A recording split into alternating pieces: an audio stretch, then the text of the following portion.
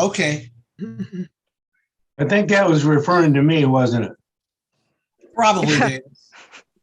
I switched my wire from the wall to the phone.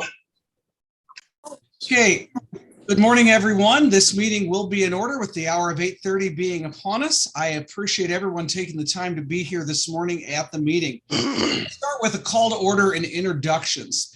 Now, when you are introduced, what I would like you to do, because we do have some new faces among us, I'd like you to each township, when I call the township, tell me who is on from the township. For the township assessor or assessor-elect, as the case may be, what I'd like to know is not only your name, which should already be on here, but if anyone else is with you, any deputies from your township. Also, how many years of experience you have in property valuation. So not only just in your job as assessor, but also any valuation years of experience you have before that. And then one last thing, this is different from prior years. I'd like to know one thing that you would like to get out of this meeting. And hopefully I can make some notes, make sure we cover all that. So we're going to start, instead of going north to south like we always do, starting 1, going to 15, we're going to start off with 15 and then work all the way down to 1. And we'll start with Davis Offutt. Davis, are you in a church? Why you say that? That looks like a church behind you. It's just religious things I go through every morning. I did not know.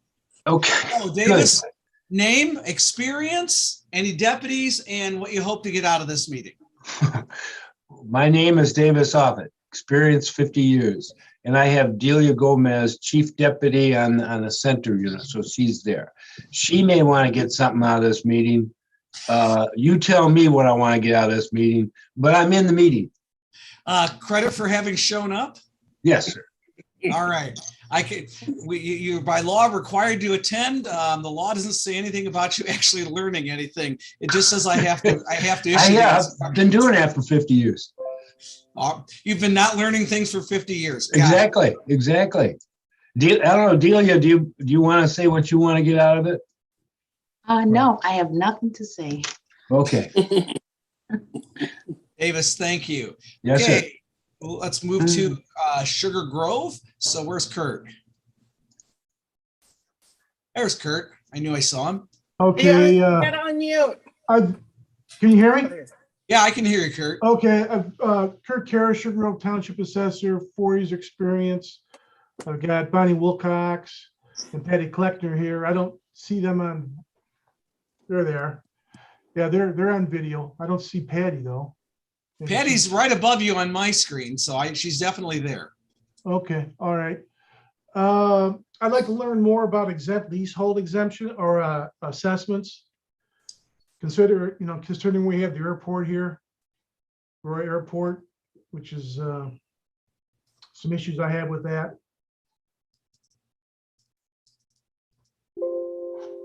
Okay. Okay, Kurt, thank you very much. Let's move on to Big Rock, and there's Ralph. Good morning, Ralph. You need to unmute yourself to introduce yourself. Ralph, you're still muted. There you go. Okay. Ralph Harkison. I've been an appraiser for 33 years. I've been involved in assessment for about 30 years. I was a real estate broker before that for 18. So I kind of breathe real estate. I'm hoping to be caught up on any changes of the law that have happened in the last year. I'm all alone, and unlike most of the other people, I'm talking to you from my office, which is at home. Okay, thanks, Ralph. Okay, let's move on to Batavia. Where's Tammy? I'm here. Good There you morning. go. Pardon me. Riley, Tammy, and Kelly. That's like that three-headed dog, Cerberus. Anyway, we are here. I'm the assessor, 28 years. I don't know, whatever you got to say today, I'm willing to learn anything. So there you go. All right. Thanks, Tammy. Okay, Let's move up to then Geneva. Where's Alex? Right here. How's everyone doing? I am Alex Fritz. I am the Geneva Township Assessor-elect. I'm the only one on the call today. I got about roughly 5 years of experience or so. And something I'm hoping to learn for the day is see if there's anything new going on with exemptions, maybe the senior freeze or something like that. So. Okay. Are you interested in finding out how to get parents to take you on their trips when they leave town? Yeah, I'm just finding out like you guys. All right, Alex, thanks very much. Okay, let's move west from Geneva to Blackberry. And Uwe, where are you? I'm here. Good morning, Mark. How are you? Good morning. Can you hear me? Yes. Okay, good. So Uwe Rodder, assessor for Blackberry Township, 18 years in the making and keeping going. I'm the one who got really up early today because here in Arizona, it's like a little bit, it's an hour earlier. So I'm participating from remote, and what I want to get out is actually any impacts that are coming towards us, and in the assessment field in regards to all the corona impact. Any legislation, anything that has come from the feds or the state. That's what I'm really interested about. Very good. Uwe, thank you very much. Okay, and then moving west to there, let's go to Township number 10. That's Caneville. Kathy. Hey, I'm Kathy Kovach. I've been the assessor for 4 years, and I learn something every single time I'm on anything with you. I seriously don't think I know what I'm doing. No, I'm no, I appreciate every meeting that we have, every class that I've taken. I'm very excited to hear more from Dale. I've had some classes with him. I learned very well from him. So yeah, any little bits, I take notes constantly and always get stuff from any of these meetings. So I appreciate them. By the way, for anyone who thinks that she's telling the truth, just says she doesn't know what she's doing. Kathy, how many assessment complaints did you get in your township this year? 0. 0. 0. So, Yeah, so at the very least, you're not irritating anybody. That's true. All 4 years I haven't irritated anyone. Well, I have. You just don't know it because I've worked it out. All right. Well, let's go from that to my personal assessor, Diane Hemmingson, St. Charles. Hi, Diane. Hi there. Diane Hemmingson, and I've got Dave Medlin here with me. Been doing this for 24 years and assessor for 6. And I don't know, Mark, I'm just hoping you can tell me how to assess your house, I guess. That would be at 33 1/3% of fair cash value, adjusted for the level of assessments over the past 3 years. Which would be $1 million, right?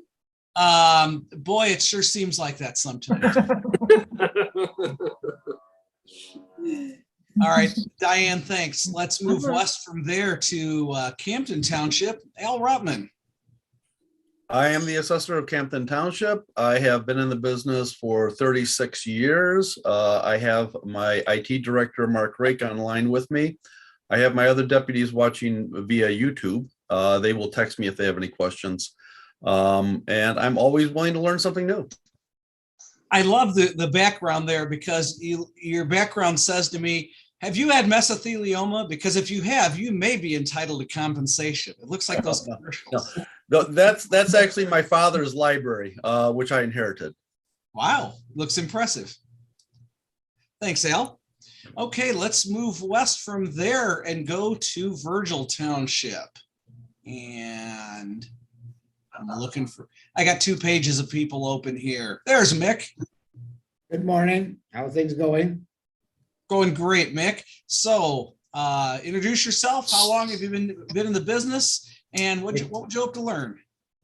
Mickey Hagan. I've been in business. I finished my 20th year. Hope there's always a nugget named in this somewhere if you find it. So we'll just have to sort of mine through it today, Mark. Very good, Mick. Thank you very much. Okay, let's jump up to Elgin Township and Steve Cernicki. Steve Cernicki has been in the business. I'm the Elgin Township assessor. I've been valuing property for 30 years now, actually 30 years to the dot almost. Julie Doppler from my office is online. I'm streaming from my kitchen because my car would not start this morning. So what I really would like to accomplish this morning is to charge the battery. So when I'm done with this, I can get in my car and go to work. Really, I'd like to have some more information about omitted properties. You know, dates, how to, the timelines associated with that. Because the city of Elgin is giving our permits way late, like way late. So if we don't catch the sale somehow, and those are late, it becomes an issue. Funny you mentioned that. Davis and I just had a similar conversation with some folks from Aurora who don't issue building occupancy permits and then wonder why the assessments aren't there. Yeah. We're not that bad, but we're getting close to that. So anyway. It's good to know that once again, Aurora and Elgin have at least similar problems. So the things that we try to solve can work for more than just one township. Sure. Steve, thanks very much. Janet Plato, I see your name is. Janet Roush? Janet, you're muted. There Okay, you go. trying to work this thing. I'm Janet Roush. I'm the assessor for Plato. I am finishing up 32 years. And I'm kind of with Steve. I'm going to have a lot of omitted property and figure out how to do that. All right. Well, we have a section on omitted property, so this will be good. All right. Thank you very much, Janet. So from there, we're going to move west to Burlington Township. And where's Mike? Sure. There you go. Go ahead, Mike. Mike Romanelli. It's my first year as assessor. Very good. Anything you hope to pick up today? Everything. Anything you got? Well, we got everything, so that'll work. Very good. Thank you. Okay, Dundee. And looking around. There I am. There you are, Mike. Assessor, Dundee Township. I just had to pull the calculator out to see how many years I've been doing this, and Does it go up that high? It does. 39 years. Scared the heck out of me. I thought I was at 35, which was high. Wow. I've been valuing properties probably 35 years, assessor for 12 in Dundee Township. Very good. Thanks. And what do you hope to pick up today, Mike? Any procedural changes at the county, and also have Colleen Acevedo online too. Very good. Mike, thanks very much. Okay, I was going to say moving west, but apparently we're moving south to Rutland Township. Okay. By the way, before we get started, I don't know if you guys caught this in the email I sent out. Rutland Township in the past year had the lowest coefficient of dispersion in the entire state. Wow. Well done. So Gary, go ahead and all right, kick off with that. All right. Good morning, everybody. Yeah, my name is Gary Fritz, Rutland Township assessor. I've got about 40 years of real estate experience from brokerage, appraising, and assessment. Now that everybody knows, I'm at Fort Myers Beach. I took advantage of the remote location with Zoom. So looking forward to the meeting today to hear about any updates. Very good. Gary, That's thanks very much. And we're going to finish up with one of our new assessor-elects. Where is Rebecca? There you are, Rebecca. Hi. Rebecca, who's that with you? Is that some deputy you're hiring off the street? Yeah, I have to keep her busy, So yeah, so of course I was elected, so I just need to know it all. Just whatever you have, I need to know it. So okay. Well, what about that person to your left? What does she know? she's gonna help me a lot. So, but I'm really excited. So Mark, Yes. I have enjoyed 28 years of work. I just absolutely love the job. She enjoyed 28 years. She's been in office, of course, 40. So no, not quite 40. The other 12 we don't know about. But. Okay, I'm Mark Armstrong. This is my 36th year, I think, doing this sort of thing. But this is my 16th instructional assembly. I'm in my 16th year holding this office with a couple of years for the Board of Review. And my experience before that was working as a forensic appraiser, being mostly a professional witness. A lot of you know that background already.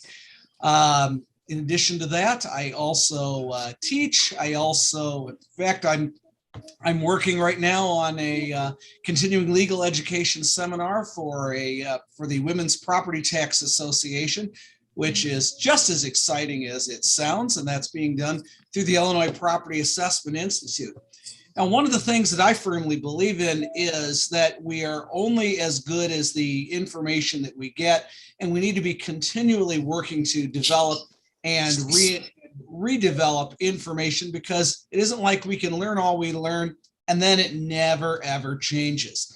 So we have to open this assembly, we have some information on professional development and assessor education.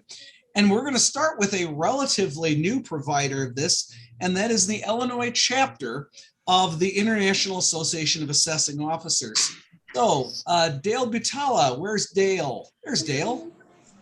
Dale is the education coordinator of the Illinois chapter of the International Association of Assessing Officers, and he is the founding president of that chapter, and he has some exciting new things that are going to be happening, including an in-person class right here in Kane County, and some educational offerings that you can get without leaving your desk. Dale, welcome. Thanks, Mark. I'd like to thank you on my behalf and also on the behalf of the chapter. I'm going to see if I could share my screen here.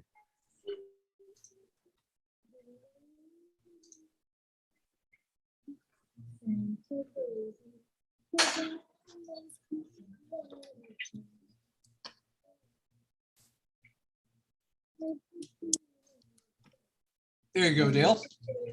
Are you getting the full PowerPoint or you're getting the small one? We're getting the presenter view.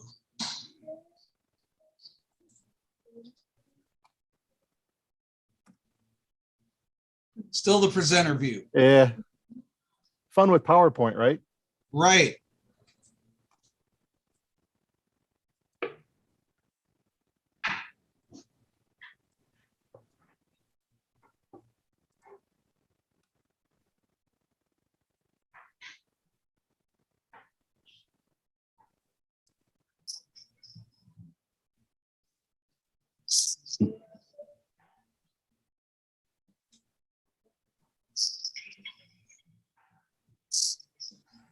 Okay. There, that looks good, Dale. The good news is any kind of technical Zoom difficulties, I got them out of the way. Mark will look much better the rest of the day. Want to take and share with you several opportunities we've got coming up for 2022. We've got two basic things. The first one Mark was alluding to, we're hosting the IAAO's Course 300. It's the fundamentals of mass appraisal. The other one I want to talk about is we're hosting 10 different IAAO webinars. All of these offerings are Illinois Department of Revenue and the IPAI approved for your continuing education for your CIO designation, which should be very helpful. This being the 4th year of the cycle, keep in mind you need to have 60 hours every 4 years. And maybe, COVID and stuff sort of delayed some of that education stuff. You might need to catch up a little bit. So we've got some extra opportunities out there for you. The first one is the 300 course Fundamentals of Mass Appraisal. We're going to be offering that the week of June 13th through the 17th at the Kane County Government Center. I'm assuming all of you are familiar with that one. If you're in doubt, just ask Mark where he works. It's going to be Monday through Thursday for the actual class, 8 to 4:30. Friday is the exam. It's an exam option. However, keep in mind, if you do take the exam, the course itself is a 30-hour course.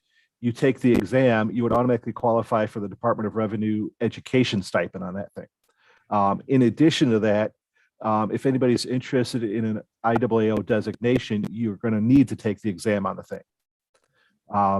Our instructor on that one is Brent Dornan from down by Peoria. He used to be an SA. He now works for Tyler. He's got his RES and his AA designation from the IAAO, along with his CIO designation. Brings a lot of real life experiences to the education part of it. For that class, we're charging $600 if you're a chapter member, $630 if you're a non-member. Little side note, our membership fee is $30. So, we're kind of encouraging you to join the chapter on that one. On top of that, the other new one we're offering this year, which I think we're hope to get a lot of interest in, is we're doing a 10-part series, one a month from January through October. We're doing IAAO webinars. These are going to be 2-hour sessions from 10 to 12.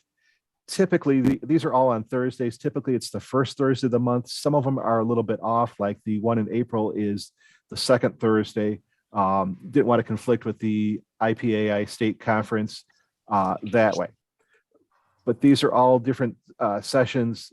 Again, these are all Department of Revenue approved for continuing education. The good thing on this thing is you can literally stay at home, stay in your office, and attend these things. If you've got family, you've got kids, you've got elderly, whatever, you've got commitments and need to be home in the evening, this is not going to be a problem with these.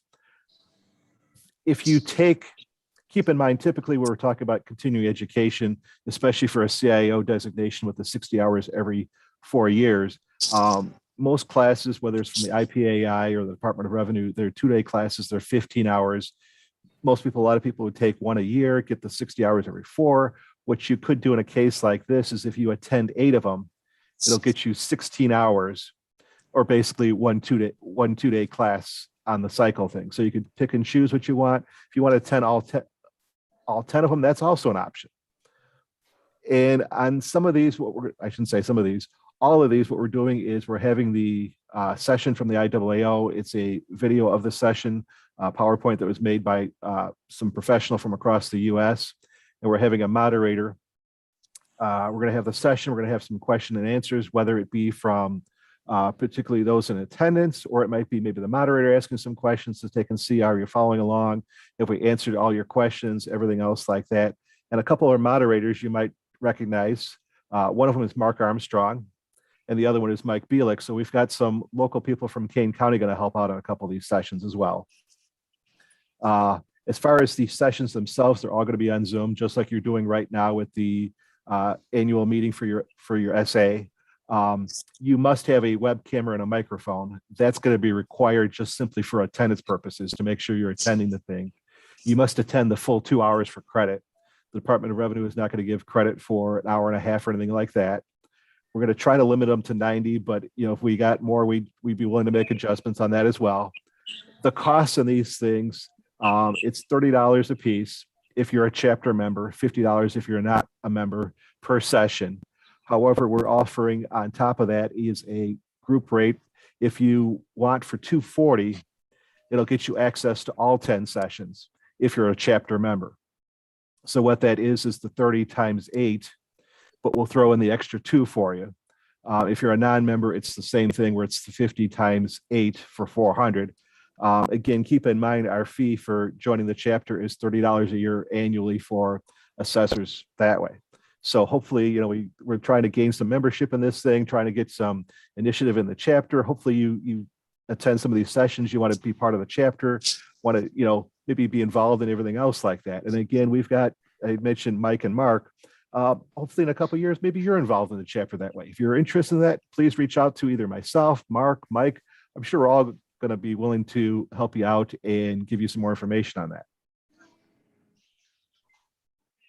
Dale, what time does the webinars start on those days? They all start at 10 a.m. and they're done by noon because they're a 2-hour session. So it is, you have to be on at 10 and you have to be there the full time to get attendance credit for recertification, right?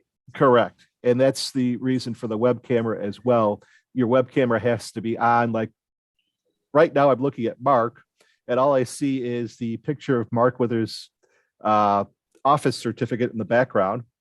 That would not count for attendance. There we go. That's going to count for attendance purposes. You know, we're going to be monitoring the attendance and everything else that way. If you've done a class, either a webinar from the IPAI, the IAAO before, it's the same concept where you've got to have that camera live, everything else, we can make sure that you're attending. They are seminar, everything else that way, so you don't have to worry about any kind of exam. It's just you have to be present for the full 2 hours for credit on the thing. I was going to say, if you've got any questions, you know, let me know. I've got my contact information on the screen right now. As far as registering for these classes, we hope to have the registration up very shortly on our website. That's out there as well. It's just illinoisiaao.org. If you forgot it, just type in Illinois IAAO to Google. It'll pop it up real quick as well. I was going to say, does anybody have any questions right offhand? I know Mark had a couple and they were good questions. Anybody else got some others? We will be, if you go online to our website, it will accept credit card payments for these classes as well. Any other questions for Dale? This is Uwe Rada from Blackberry Township. If you have already a membership for the IAAO, do you need, since the Illinois chapter is new, do you automatically become a member over there, or do you need to reapply? They're two separate organizations. I mean, Okay. we're a chapter of the IAAO. But if you join the IAAO, you would also need to join the Illinois chapter. One of our missions is to encourage membership in the IAAO itself as well. But yeah, if you're an IAAO member, that's great. That's outstanding. We would encourage you to join the local chapter as well. So Dale, do people need to be a member of the IAAO larger organization to be a member of the chapter? No, they don't. So you could join the local chapter for $30, get that amazing discount on this series, which is well over $30, and come out and still come out money ahead. Of course, Absolutely. If you join the IAAO national chapter, you get access to a host of other information.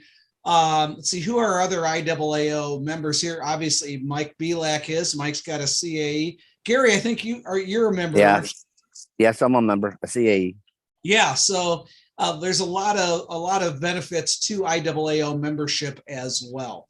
And it's one of those things, if they join the local chapter first, and they're interested in joining the IAAO, we can actually save them some fees for the first couple of years of membership with the IAAO as well. So for more of that, they go to the IAAO website. And also, I know yesterday Mike Belak circulated all the information on these, so you have that in your email inbox. If you did not get that, you can ask Mike to resend that email to you. Any other questions for Dale? Dale, thank you so much for joining us here today. You're welcome to stick around for the whole thing if you've got nothing better to do. Stop sharing it. Now. I was going to say I might stick around. Well, I know your next presentation. I'm going to stick around for that one as well. Oh yeah, that next presentation is going to be awesome because we have another organization with a much longer history in Illinois. But of course, this person wasn't around for all of that because although the organization has been around for more than 60 years, rumor has it this person just turned 29. And so I'll introduce Josh Barnett, Executive Director of the Illinois Property Assessment Institute. Good morning, Josh. Good morning. Thank you for that silky smooth, lovely introduction. That was very nice. Appreciate the opportunity to be here with all of you and all of our friends in Kane County. So there are a few things I wanted to go through with you. I first wanted to start with talking about our 2022 state conference that's coming up in April. I have a PowerPoint I'm going to go through with all of you, and we'll have some time for questions after that. And then I'm going to touch on a couple other things that we have going on that I want to make sure that you're aware of. Does that sound good to everyone? All right, give me just one moment here, and I will get my screen shared so you can all see what what it is that I'm seeing.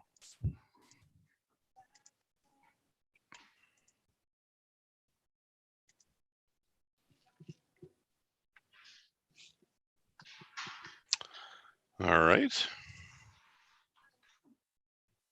That's the view out your window, Josh. Yeah, that'd be nice, wouldn't it?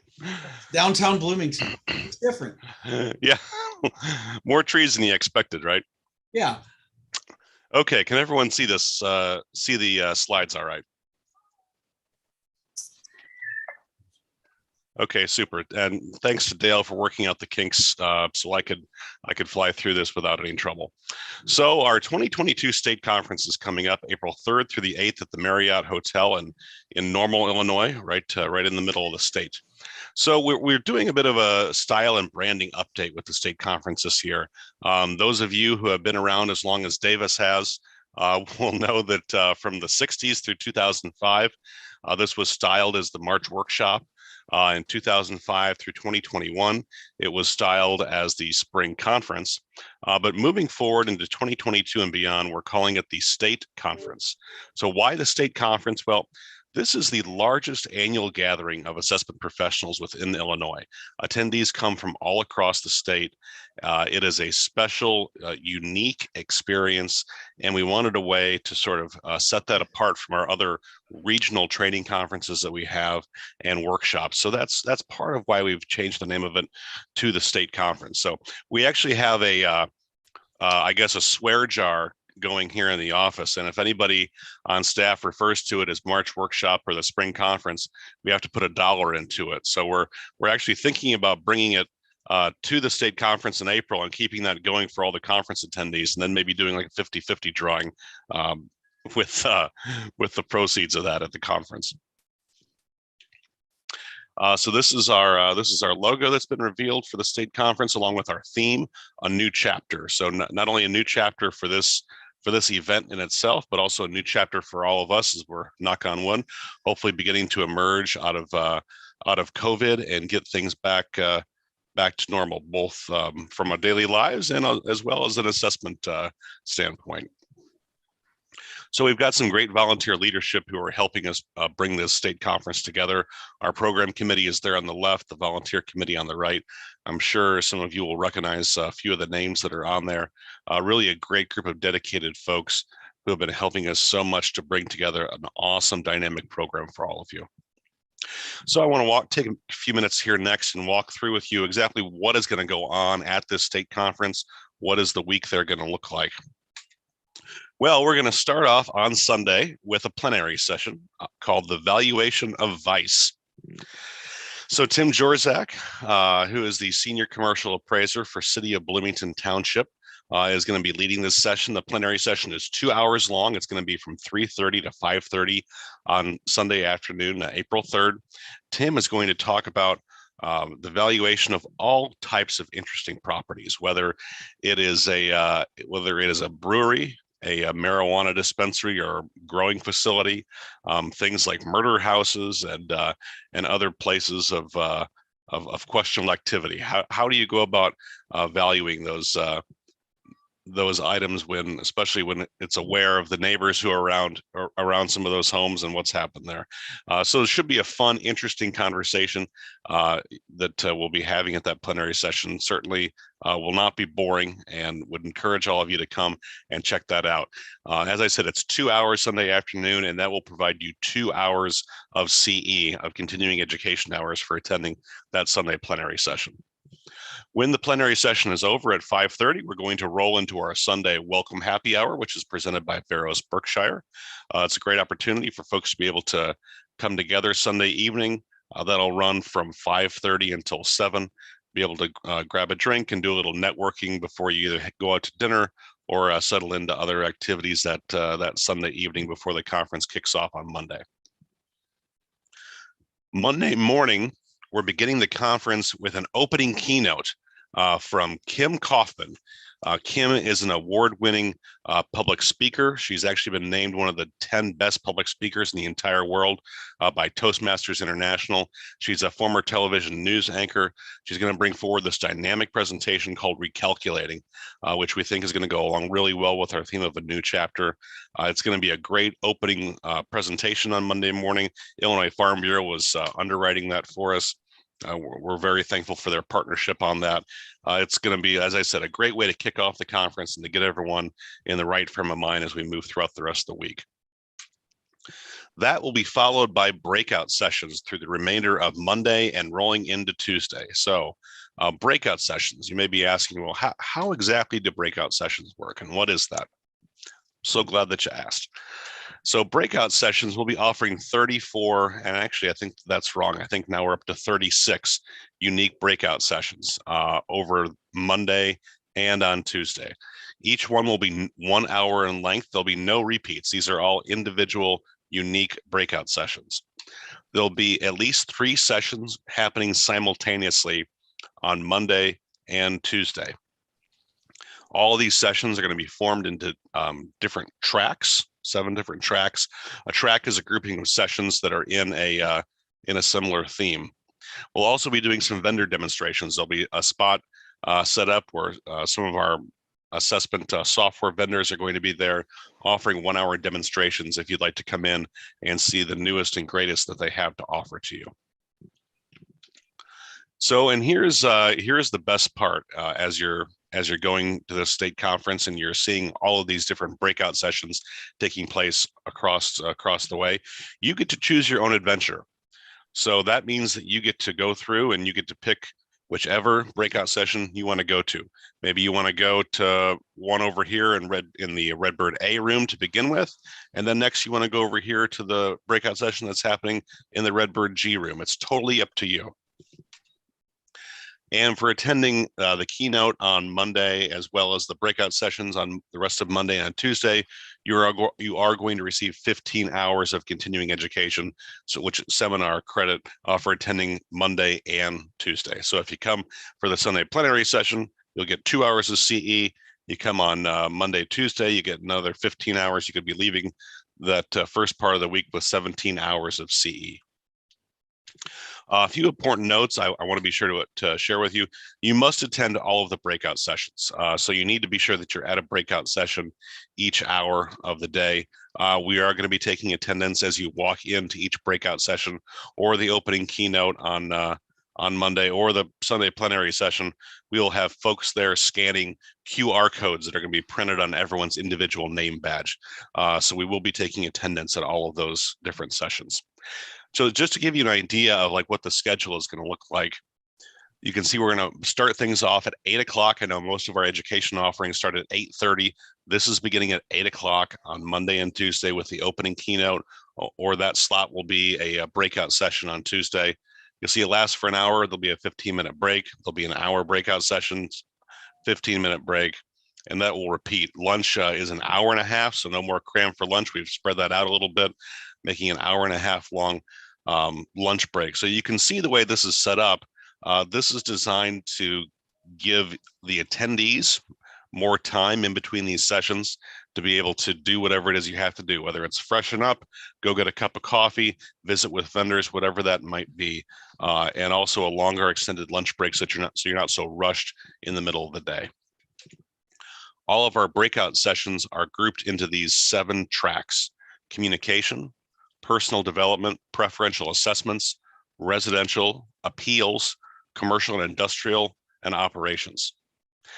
So just to give you a sampling of some of the breakout sessions that we're going to be offering: public relations in the assessment office, interacting with elected and appointed officials, empowering women in local government, conservation stewardship and forestry management, residential assessment using aerial imagery, residential PTAB mock trial, the income approach, advanced concepts and ideas, how to have a rockin' instructional assembly. Mark Armstrong is actually presenting that for us, so thanks, Mark. And creating an office workflow and advocating for your budget. So that's just a sampling of some of the breakout sessions that we're going to be offering And I'll show you when I'm done here where you can find the full listing. Moving on, Monday will be the CIAO Association Luncheon. So if you're a member of the CIAO Association, you're invited to attend this luncheon and annual business meeting. In addition to the luncheon, they're actually going to be featuring Penn and Teller award-winning magician duo, Mark and John. These guys were just on Penn and Teller's TV show, I think maybe a month or 2 months ago, and won an award for being able to fool Penn and Teller on the show. So that's pretty cool that we're going to be able to offer that. Monday night, we're very excited about this. Monday night, we are having the IPAI Celebration Banquet presented by DevNet. The Celebration Banquet is something new. Well, it's something that we are renewing, I should say. In the past, back in the day, the IPAI used to have an evening banquet at the state conference. And that at some point moved to a luncheon, and that's the way it's been for the past several years. For 2022, we're moving it back to an evening banquet. It's going to be a great opportunity to celebrate the past year in property assessment. We're starting with 5:30 with a pre-banquet reception. Then the banquet itself will kick off at 6:30 p.m. We'll be handing out the Marshall Thoreau Award at that banquet. We'll also be giving out some other special recognitions and awards, which I'm going to touch on here in just a couple of minutes. With that celebration banquet, you're going to be receiving a full meal at the banquet. You're going to be getting salad, entree, dessert. Attire for that, we're suggesting business attire. Black tie certainly is optional because this is going to be a truly special evening with colleagues and friends. This is a new or a renewed tradition that we're starting up. We really want this to be a special night where we can all come together each year as an assessment community within the state and recognize some of the excellence that has happened within township and county offices and celebrate that together. So I know you may be asking, Josh, hey, that all sounds great. Love the idea. How much is this going to cost?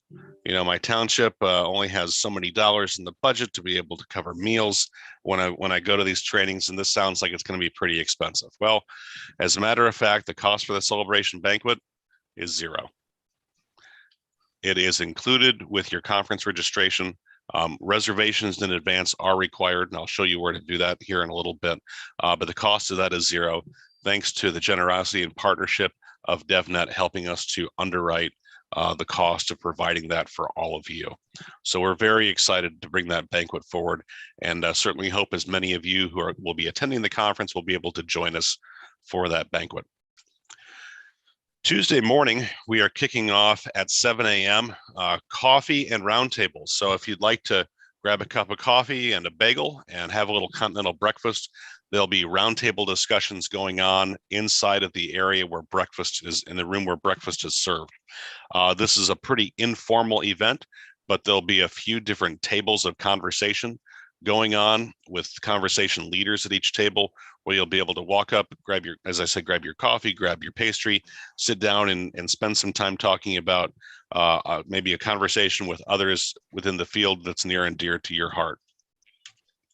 Tuesday at lunch is going to be a meeting and luncheon of the Illinois chapter of the IAAO. So we're really excited to be able to partner with the Illinois IAAO chapter and have this luncheon there at the conference. I think it's going to be great. The chapter is working on some neat things to be able to have at that luncheon, and we would encourage you to register for that and be part of that. It's going to be a special event. Tuesday evening, we're going to be having a karaoke, we're going to be having a trivia contest at the conference. If anyone is interested in coming in to play trivia, we're going to be giving out prizes. We've done this every year for the past couple of years. It's been a hit. It's always a lot of fun. Mark Armstrong and Dale Butala's team seems to win every year, but I'm convinced someone's going to knock them off in 2022, and they will no longer be the top dog. Well, you can try. Confidence. I love it. So that sums up Monday and Tuesday at the conference. But moving on into Wednesday and Thursday, over Wednesday and Thursday. We will be having 8 traditional classes that folks are able to take if they'd like to. Those are going to be, your standard 2-day long, 15-hour courses taking place those 2 days. Wednesday evening, we're taking a brewery tour of some local breweries here in the community. That's presented by Bruce Harris and Associates. So that'll be a fun time. We'll go out, sample some local wares, and have some dinner. Thursday morning, we'll be bringing back coffee and roundtables again at 7 a.m. before courses start up. And there'll be exams on Friday. So our vendor hall is going to be bigger and better than ever before. Those of you who have been to the state conference in the past, you know that we traditionally have staffed all of those vendors down the main hallway in the conference center at the Marriott. So for 2022, we are moving all of the vendors into one of the large ballrooms. And that'll be the same ballroom where all of the breaks are stationed. So that way, every time you want to go and grab a cup of coffee, or you want to, grab a cookie to munch on, the vendors will also be there. So it'll be very easy for you to walk over and interact and talk with them, and be able to network in that environment, both with them and other folks who are at the conference. So a sampling here of who we have currently committed to being at the conference. If there's an asterisk next to them, it means they're going to actually have a presence on site. Assessor IMS, Bruce Harris and Associates, CIC Incorporated, CloudPoint Geospatial, DevNet, EagleView, Illinois Farm Bureau, Sidwell, Torma, True Roll, Veros Berkshire, Visual PAMS Pro, and there are going to be a few more actually coming along the way. So should be a great vendor hall and experience for everyone who's there. So some important notes I want to share with all of you. The Marshall Thoreau Memorial Award is, of course, something that we're familiar with. It's a great honor to be able to receive that award. Nominations for that are open right now. As I mentioned earlier, we're going to be handing that out at the celebration banquet at the state conference. But in addition to the Marshall Thoreau Award, we are actually bringing forward 2 brand new awards for 2022. They are Outstanding Achievement in Property Assessment, and there are 2 different ones. One for large jurisdictions. So a large jurisdiction is a township of 25,000 population and up, or a county of 50,000 population and up. Small jurisdiction are townships of 25,000, that should say and down, and below, and 50,000 and down. So nominations for those are open right now. I'll show you where you can do that at here in a couple minutes. But we're excited to be able to add a couple more awards and provide even more recognition to some of the great work that our township and county assessors do all across the state. Registration for the state conference, as well as all of IPAI's 2022 courses, kicks off this coming Tuesday, December 7th at 10 a.m. When you go into the student portal to register for the state conference, the plenary session and the keynote and breakout sessions are 2 separate items. So if you want to go to the plenary session, you'll need to register for that. And then the keynote and breakout is together as another item within the student portal as you're registering. All of the special events and reservations for things like the celebration banquet, those live on a standalone form on the website. Something we are offering for 2022 is a discount for volunteers. We need volunteers to come forward and help us in any number of ways at this conference. If you volunteer for at least 2 sessions at the conference, you'll receive a $50 discount off of the cost of your registration for the conference. So December 7th, it's coming up here in just a few days. We would love you to be able to register, to tell a friend about the state conference, tell other assessors you may know, share with your staff about all the exciting things that are going on there and why it would be great to attend and be part of it. So if I may, before I take questions, I'm going to take a quick second here and jump over onto our website and show you folks a couple items. So here's the main page of our website. You can click on this banner right here and you can get to the state conference page. You can also do that right down here if you'd like. So let's go ahead and take a second. We're going to go to the state conference page. This is an overview, and this is where all of the different things are going on at the state conference. You can also easily find these if you go up to our menu right here, IPA courses right there, 2022 state conference, and everything pops up right here. This gives you an overview of the plenary session that we have going on.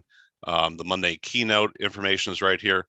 On Monday and Tuesday breakouts, you click on that, you can scroll down here, and you can actually see all of the breakout sessions and what we have scheduled and what is going to be held each day and each hour throughout the conference.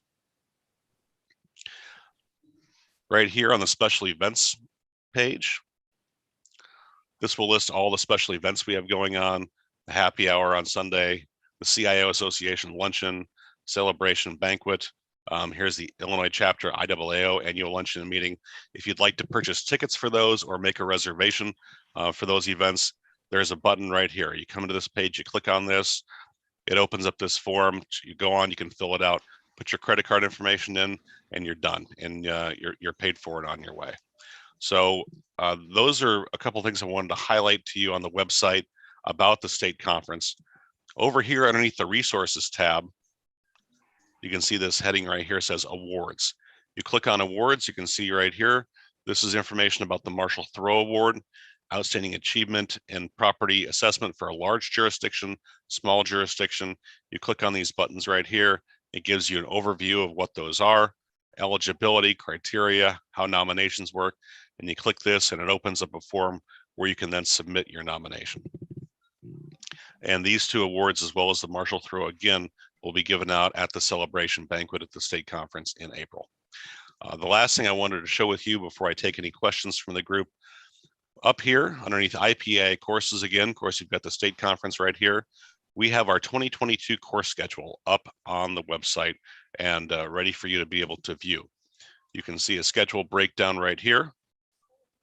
This is actually kind of nice, this schedule breakdown, because there's this table right here on the website where if you want to take a particular course and you want to know, gosh, I wish I knew all the places where that course is being held, you can come to this page right here. You can see legal descriptions for assessors is being held at the state conference, at the Northeast Regional Conference taking place in Naperville, and also online.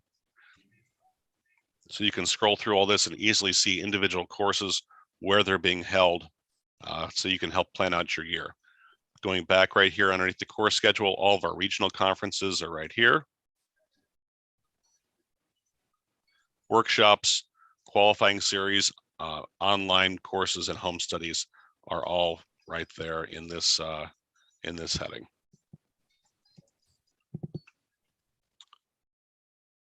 And again, I know I've said this like 4 times, just want to make sure everyone remembers and is aware. Registration for all of this, whether it's the state conference or it is the any 2022 course that's going on, opens up this coming Tuesday at 10 a.m. in the student portal. And would be happy to answer any questions from the group. Josh, let me kick it off with some of the things outside the state conference. Are there, by any chance, is the IPI sponsoring any educational offering right here in Kane County? Yes, as a matter of fact, we are. Thank you for hat tip to Mark for mentioning that. Yes, we have a Kane County workshop scheduled to be there at the Government Center in the auditorium on June 6th and 7th. That course is going to be homestead exemptions, if you'd like to take that. It is going to be available either as a seminar or as an exam. If you take the exam, you're going to have to take the exam online. We are offering exams at most of our workshops this year in an online format. So if you'd like to take that exam and get exam credit, you can do that by taking it online, but also being at a workshop.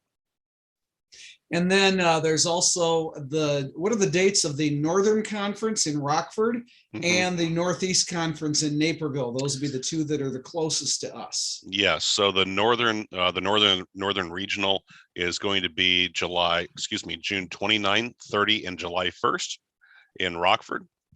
It's going to be at the Embassy Suites in downtown Rockford. The Northeast Regional is going to be August 3rd, 4th, and 5th. At the Northern Illinois University Center in Naperville. So it gives us a lot of variety of educational offerings between the IAAO the IPAI, and we haven't even gotten to Department of Revenue offerings yet, mainly because those haven't been put out yet, but I'll talk about those in a couple of minutes.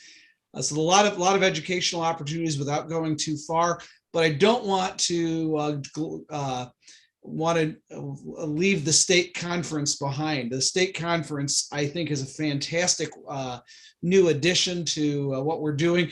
It really is almost an identical version to what we had with the IAAO conference in Chicago. I know a couple of you went to that, and it's just a fantastic opportunity to get a lot of information all packed into a couple of days and get the recertification credit that we all need as well. Other questions for Josh?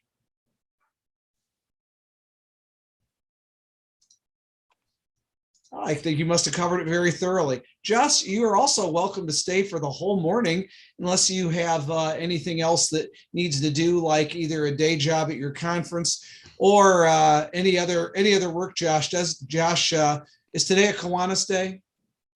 It's not. That's Mondays. Okay. Not only an active Kiwanian, but Josh is also a member of the McLean County Board. So he has all the gravitas you would expect of a county board member. Which is not much. Yeah, even Josh laughs at that. So, Josh, thank you for joining us here today.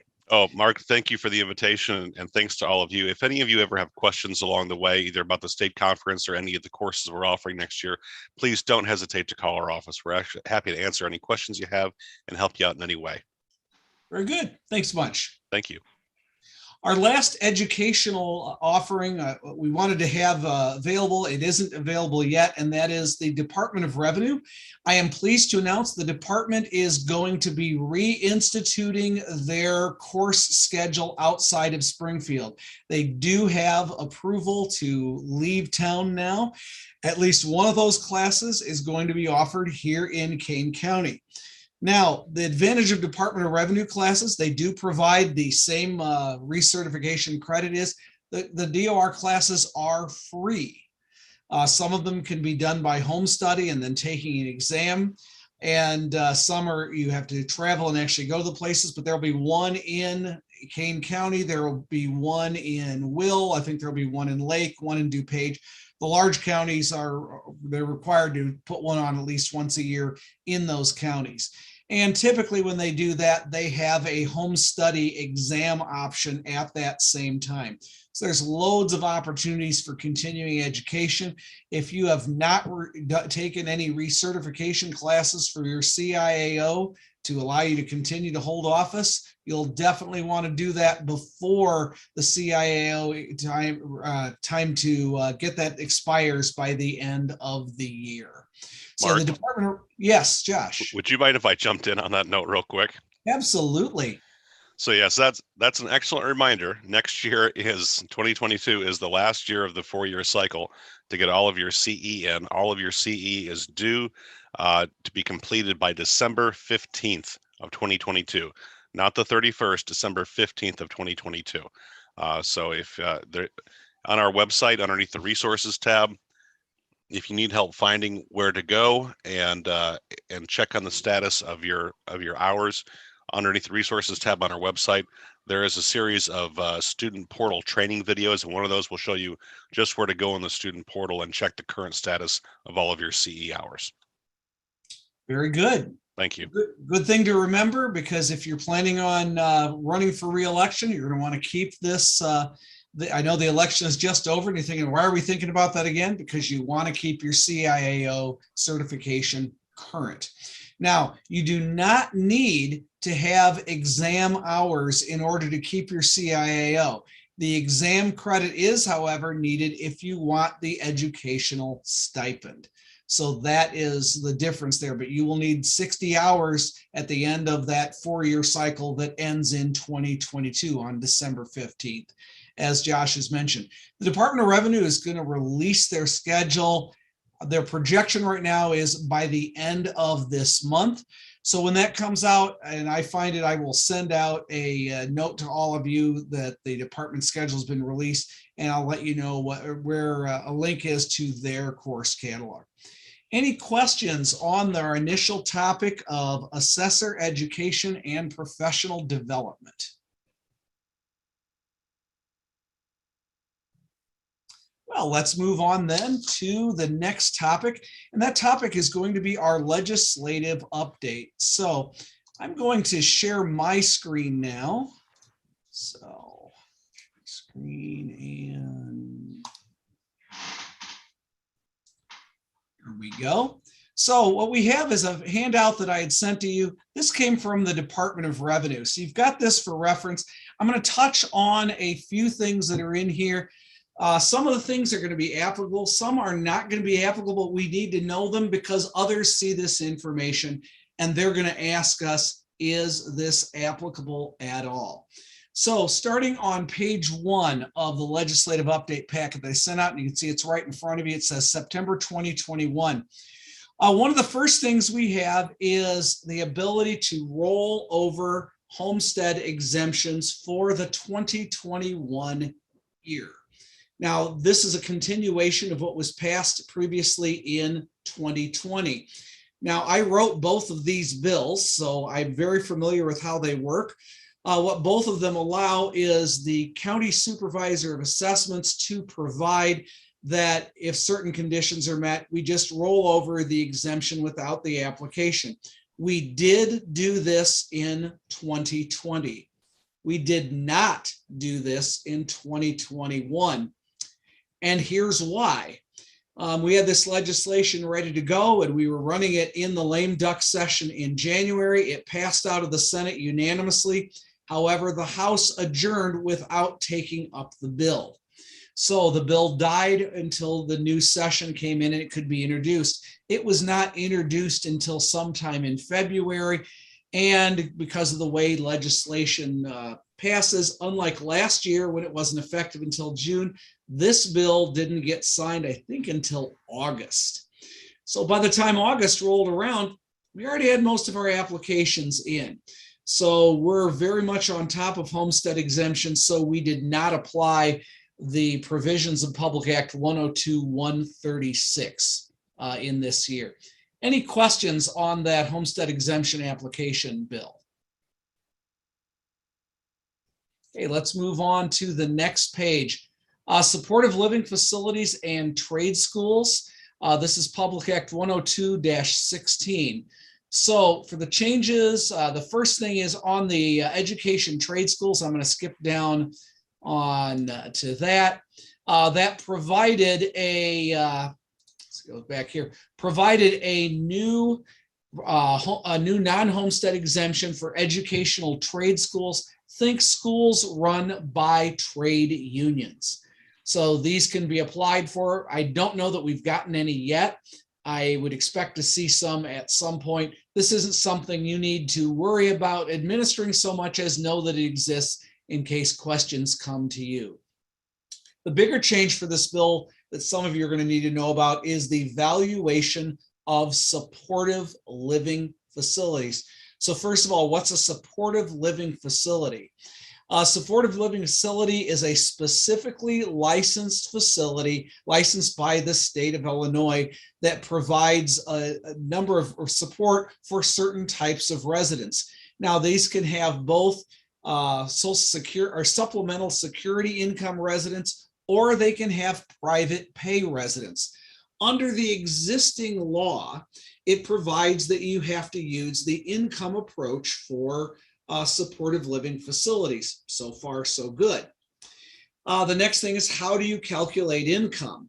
Well, for people who get supplemental security income, for those persons, then you can only use the supplemental security income rate for it. But for private pay, you could use the market rate for it. Well, some guys didn't like that, and down in Kankakee County, they actually took them all the way to the 3rd District Appellate Court.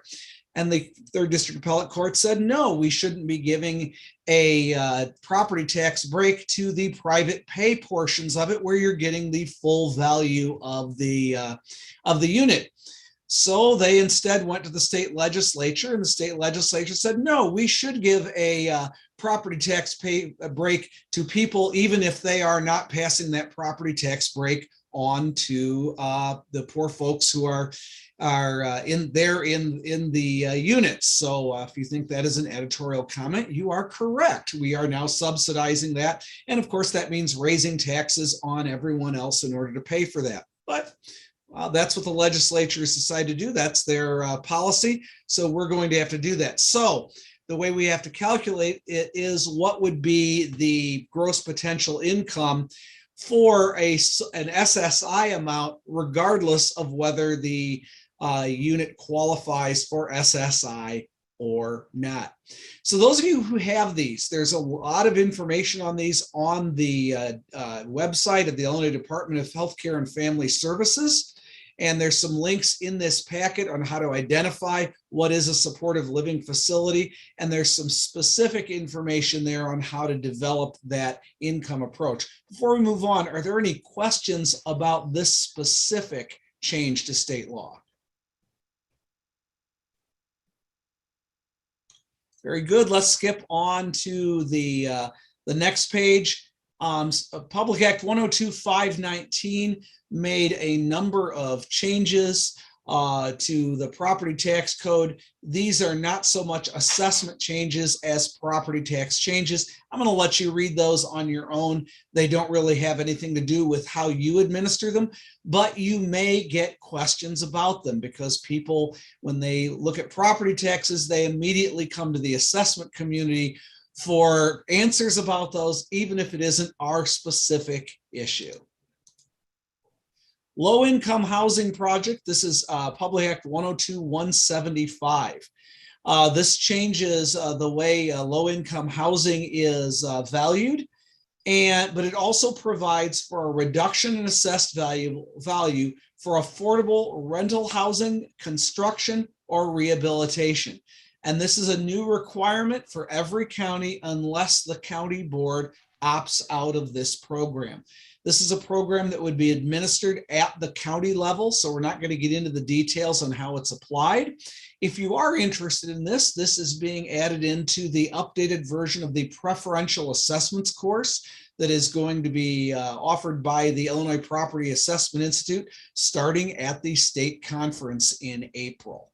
Other than that, though, since this is administered at the county level, just knowing that this exists, there's some information about it in this packet, and knowing you can refer them to the county for more information is sufficient for this morning. Any questions on the low-income housing projects portion of this report? Okay, moving on, very many pages on that. Publications requirement. As you know, 2023 coming up, this is not the year we're coming into, but a year beyond that. But we're going to be doing an RFP for our assessor publications in late 2022 for the 2023 year. Now, this contains a new specific publication requirement, and it requires publication in a local newspaper of a minority group and in that group's official language if certain metrics are met. So basically, if a city, town, or county consists of more than 45% of a single minority group, the notice shall also be published in a local newspaper of that minority group, if that is available, and in the official language of that minority group's country of origin. I got to admit, I got a million questions about this, and no one has been able to answer how we actually define country of origin. For instance, does that mean it has to be done by minority group country? If Spanish is the language, would that mean 45% for one country or 45% for everyone who speaks Spanish, or how we would actually administer that? Fortunately, I haven't seen anything that says we're going to hit that 45% threshold. If we do, and we'll get that when the census numbers come out and we can actually get township level data, we'll actually review it to see if this actually applies and if this will apply to your jurisdiction. I'm guessing there's only a couple of jurisdictions where this is actually something to take a look at.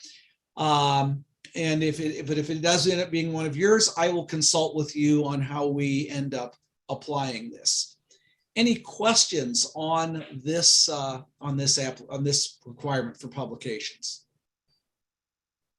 One other thing on publications, it has been long rumored that with the sale of the Tribune company, that that might impact local newspapers. There's 2 Tribune newspapers that we currently publish in. One is the Aurora Beacon News. The other is the Elgin Courier News. If the status of those newspapers change before we do the RFP for 2023, and we need to adjust publication there, I will have conversations with you if your township is published in that newspaper. Other than that, when we get the information in 2023, we'll be working cooperatively on that. Any questions on publications at all? Okay, valuation reporting requirements deals with reporting vendors for any taxing districts with an aggregate property tax levy of more than $5 million. And this is to report whether vendors are minority, woman, or veteran owned. So this is a reporting requirement. I don't believe most of our townships probably are under this. Davis, off the top of your head, because I can see the top of your head there, does Aurora Township have a $5 million levy? No. And what about, Steve, what about Elgin?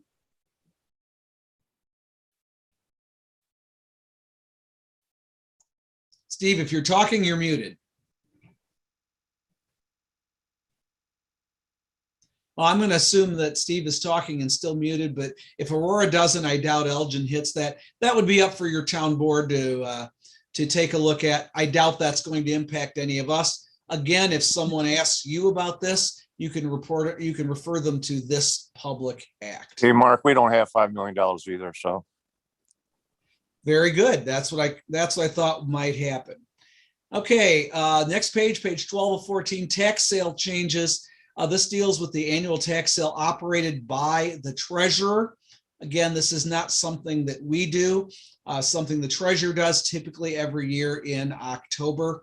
I'll let you read this to the extent you're interested. It does, by the way, reduce the maximum bid accepted for a penalty from 18% now to 9%. By the way, I note in passing, many of the single family homes, if they sell at tax sale, actually sell for 0%. It actually makes it cheaper to let your house go to tax sale than to borrow money to pay taxes, so long as you can pay it back in time. Scavenger sales are the sales if no one purchases at the tax bill. This makes changes to the notification process. The Home Equity Assurance Program levy has some changes. We don't have one in this county. There's some information on changing filing taxing district levies. Kathy Kovach, this is for you because I know you still work for the fire district, right, in that respect? Yes. Yeah. So this provides for levies to submit electronically, and I know the county clerk is working. Yeah, no more paper. The county clerk is working on a taxing district portal, which is going to provide for electronic filing for all taxing district levies, many hundreds of those, although many of those are things like SSAs that come in at 0. But this will make that billing process work much more smoothly. I want to skip ahead then to page 15 of this report, and this is the legislative update to the property tax code from the veto session. So the department published this in September, and then the veto session in October. This updated the energy bill, which garnered a lot of attention, had some specific changes to property tax. It did change the definitions for solar energy systems. So solar energy systems now include those systems that are regardless of where the electric meter was. It was it had to be actually on one specific side of the electric meter for a home to have solar panels to apply for it. But section 10.5 now is going to apply regardless. Also, solar energy, or wind energy systems, which had been sunsetted in 2021, has been now extended farther on out. There is a new definition in subsection E of the definition of real property, dealing with spent fuel pools and dry cask storage systems for nuclear fuel. Anybody have any of these? Really? Al, the residents of Camden Township didn't want one of these there? Al's looking. No, we have no nuclear power facilities in Campton. And you didn't want to store any of their waste either? No, to the best of my knowledge, nobody was interested in doing that. Yeah, I somehow I just didn't think so.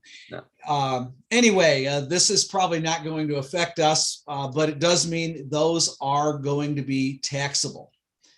I know we spent a couple of years ago, we spent a lot of time on section 10-5 and looking into valuing solar energy. Any questions on how that applies here? All right, so I'm going to stop there for the legislative report, and we're going to move on to item number 4, COVID-19 and the assessment process changes. So over the past year, things have still looked a little bit different than they did prior to 2020. We've certainly been back open at the office. Our counters are open. We now have a break room with a hand washing sink. We have some sanitizing station, higher walls. We've gone to all electronic hearings at the board of review, and many of you are already familiar with many of the changes that have happened. Those of you who are new, well, they're not going to look like changes at all because you weren't here in the before times. I know it sounds like some sort of post-apocalyptic movie when I'm talking like that.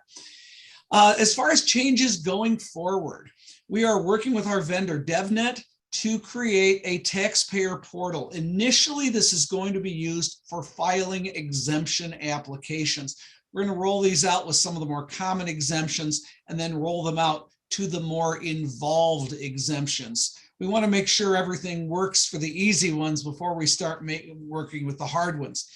The exemption portal then becomes a test for online filing for Board of Review assessment complaints. Now, one of our concerns on that is that automatically making it, oh, I'm going to click this button and I'm going to protest my taxes. Well, that sounds fine, but as all of you know, if there's no evidence to support the reduction, it doesn't really help you actually getting the reduction.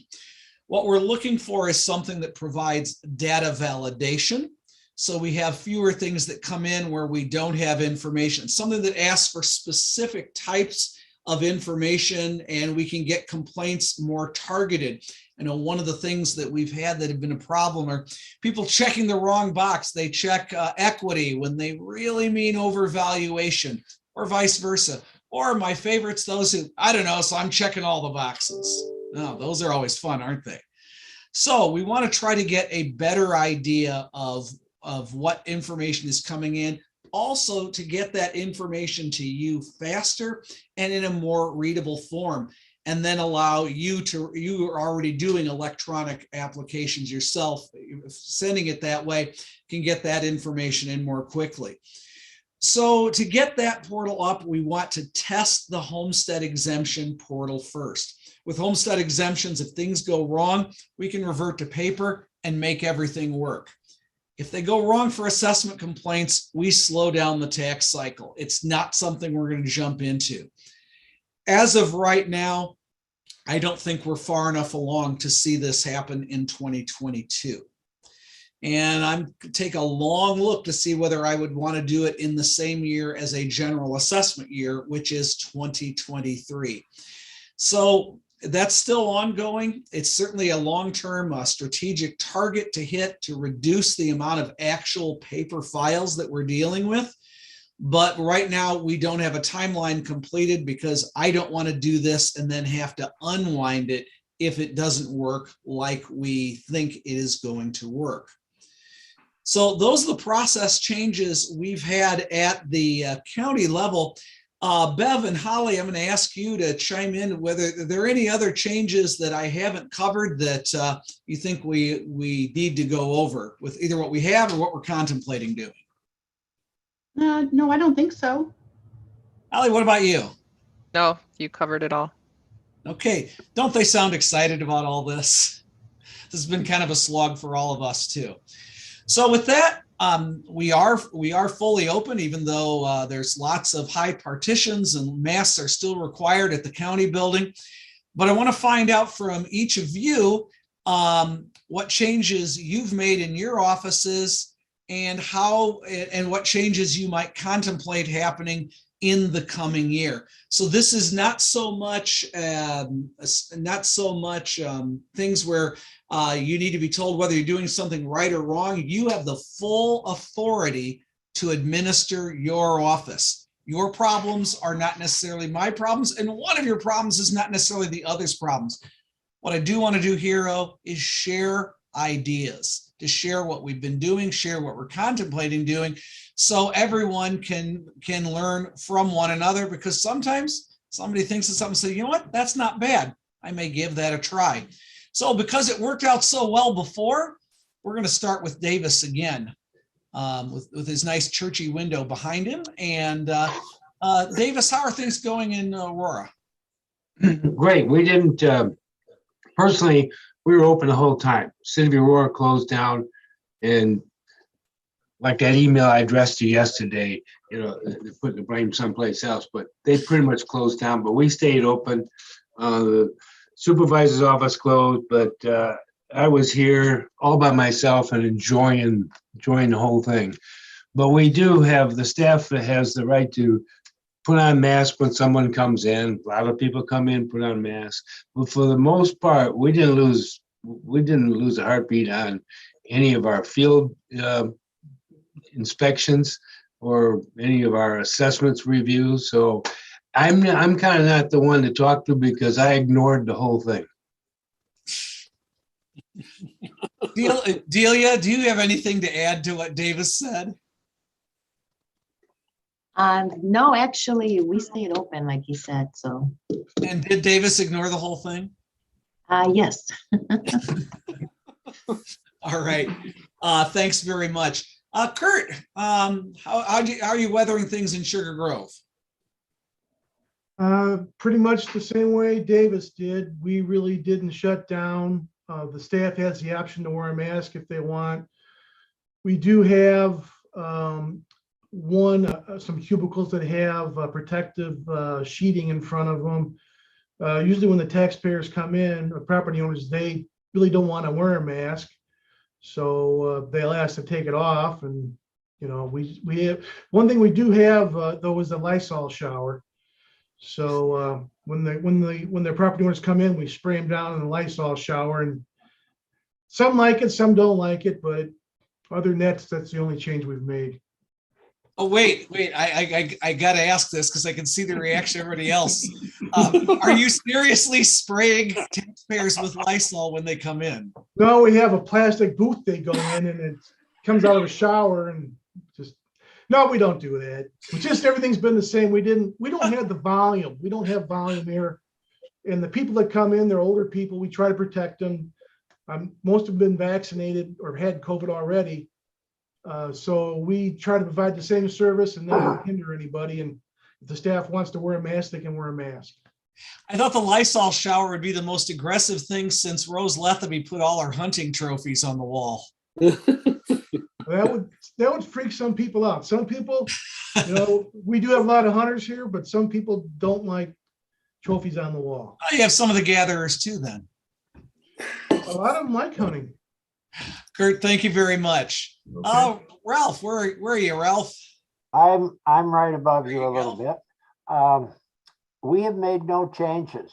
We are open only by appointment. We're small, we're part-time, so we have no regular office hours. The few people that do call for an appointment, I try to meet with them as quickly as possible, sometimes within 10 or 15 minutes. We have no requirement for masks. And out here in the boonies, I guess there are a few diseases, but we're ignoring it. All right. Ralph, thanks very much. Let's move on to Batavia. Where's Tammy? There's Tammy. Here. We're open and we're not wearing masks in the office. However, we do request people coming in to wear one and then we'll put one on. Are you going to start spraying them with Lysol like Kurt?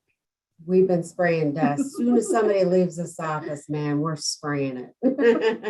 And we do have a shield up at our counter. So just trying to be cautious. Okay. All right. Thanks so much, Tammy. Geneva, Alex, I know you work in the office now, even though you're not the office holder yet, but you are there. How's things going in Geneva? That is correct. We were closed down to the public for a little while. I think we opened back up about maybe 5 or 6 months ago or something like that. So we're fully open now. We just ask people to put a mask on when they walk on inside, and we usually have a mask on as well. So other than that, we're completely open and we're rocking. Very good. Uwe, you try to do everything from Arizona. That's your social distance. Yeah, that's just my 2 weeks vacation. So I'll be back soon. But we are open. Blackberry Township goes pretty much along with what the state recommendations are. So, wearing masks, and people wear masks when they come in. We do have a room set aside where we can actually meet with people if they insist on coming in. We encourage taxpayers to use phone and email as much as possible, like we have during the whole process.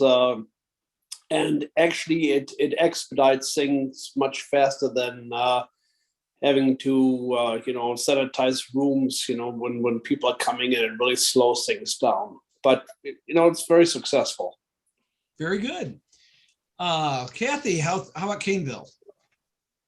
Kind of ditto with Ralph. We're so small, and pretty much I already know almost everybody in the township anyway. So they'll stop in and see me at my other jobs and ask me questions because I know where I work at all different times. So, but yeah, I know people in your township, and I think you're absolutely correct. Everyone does know you. Pretty much. Well, it's because of what I do. With the daycare, I get all the young ones. With the fire department, I get all the old ones and all the teenagers accidents. So yeah, I pretty much know them all. But yeah, we've been open the whole time. I've met with anybody that wanted to meet, and up to them if they want to wear a mask. Wear a mask. I'm fine with doing anything to protect whatever. Obviously, I'm an EMT, so I'll do whatever they need. Very good. Okay, St. Charles, Diane.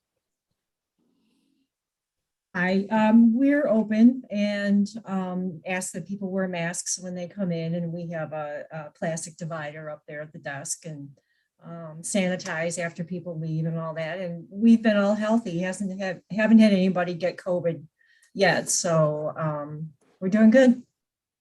Very good. Al Rotman, how are things going in Campton with this? Things are doing well in Campton. We are open full hours. We allow people to come into the guest area of the office, not into the actual office itself. We don't request people to wear masks, but if somebody comes to the counter, we do put on masks to greet them. We are trying to do as much as possible, though, through email and through texting. So, okay. Right, so moving west from there, Mick. Virgil. We're open. We've been open almost the whole time. We don't necessarily wear any masks. People we see out here are all, they're all locals, and they expect to come in and see you. A lot of them aren't computer literate, so they have to come into the office. That's the way it goes. Very good. Okay, moving up to Elgin, Steve. We don't really allow people into our office. We keep them, in the entryway. There's a sliding glass window there. Make them wear masks. We wear masks. And we've been open. We never closed, actually. One thing we don't do anymore is if a property owner wants us to take a walk through their house, we're not doing that. It's just, this place is in such terrible condition type of call. We don't go into homes anymore. We probably won't be going into homes for the near future, the way things are going. So, okay. All right, moving west from there, Plato, Janet. Yeah, we've been open all along too, and it's pretty much a mixture of what everybody else has said. I have a place where people come in, I'll put on a mask, they don't necessarily, but otherwise, no, we don't wear masks in the office, and we just keep going. Okay. Mike, I know you're not in the office yet. If you have anything to add on any of this? Not really at this time. Okay. Moving on up to Dundee. Where's Mike? Here I am. There's Mike. Ditto with Kurt. The Lysol shower. Got that in a holster now. Yeah. Hey, that's Cases our of- can of Lysol. No, it's not. I have cases of it. No, just teasing. We're our building was closed by the previous administration to the public. So the new township supervisor opened it back up when they came in office in April. But you know, we've been coming to work right along. We were only really working home only a couple of weeks. We're kind of on a split schedule here still. We still work remotely and we come to the office. I will say, you know, we weren't fazed by COVID so much, but it seems like some of the municipalities have been. And there's been transitions, more than one. Like Elgin Township, we've been having problems with permits. And I think because of staffing issues in Carpentersville, East Dundee, West Dundee, they've all had some transitions that's really affected the flow of permits to us. So we've encountered that. And we're gonna get to the whole permit issue in just a little bit, but because it's come up multiple times. Gary, you're on the Uber plan for social distance, I see. Yeah, our office was open during the whole time. Everybody wore masks if they came in the office, and there's no real changes that we're going to install. We're just a business as usual. Very good. And Rebecca.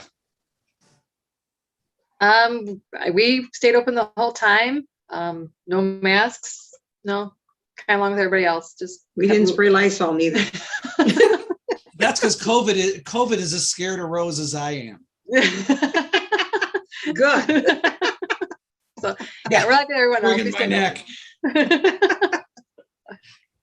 One thing that everyone kind of assumed when all this started was going to happen was this big hit to property values. And that not only didn't happen, but we've seen a lot of substantial increases in the residential sector.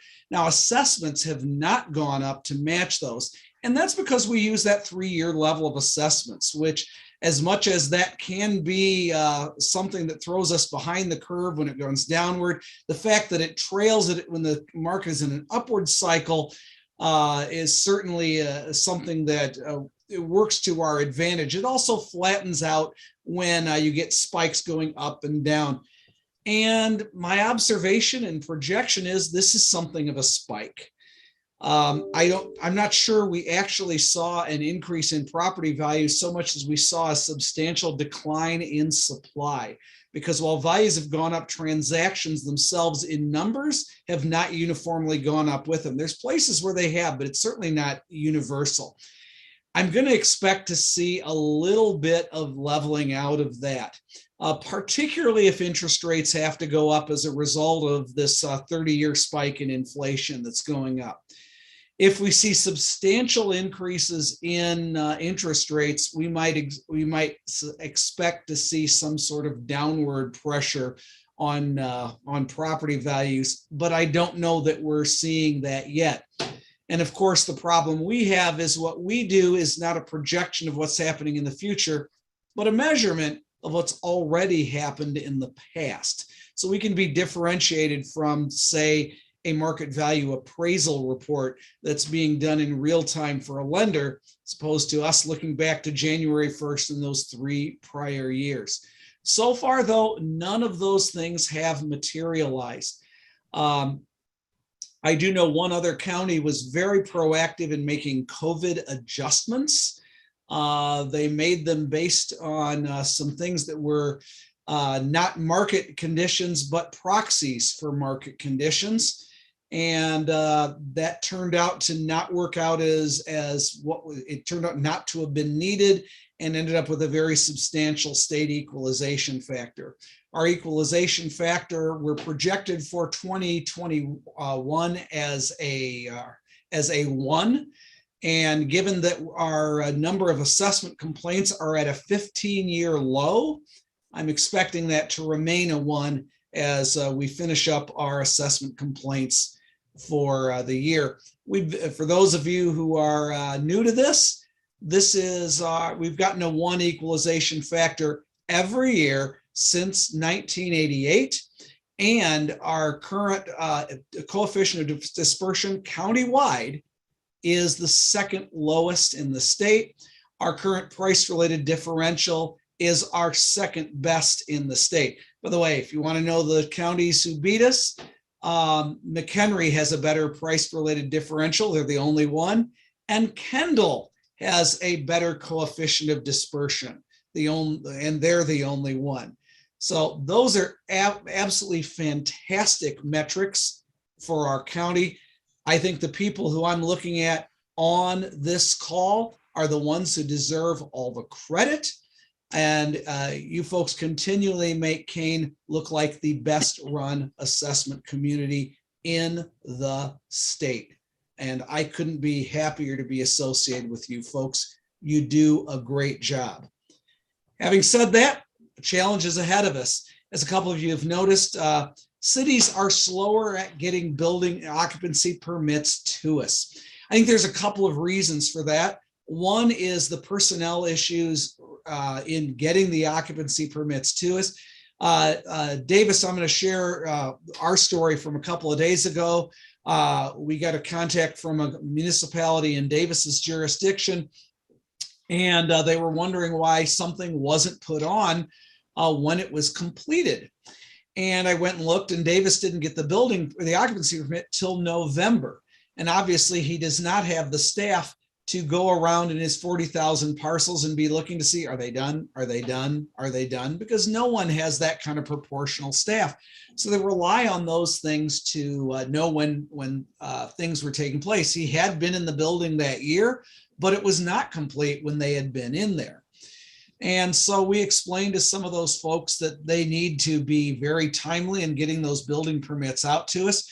Rose, I remember one for you a couple of years ago where they asked why it wasn't new property. And I said, well, when did you get her the building permit? And they said, get her the what now?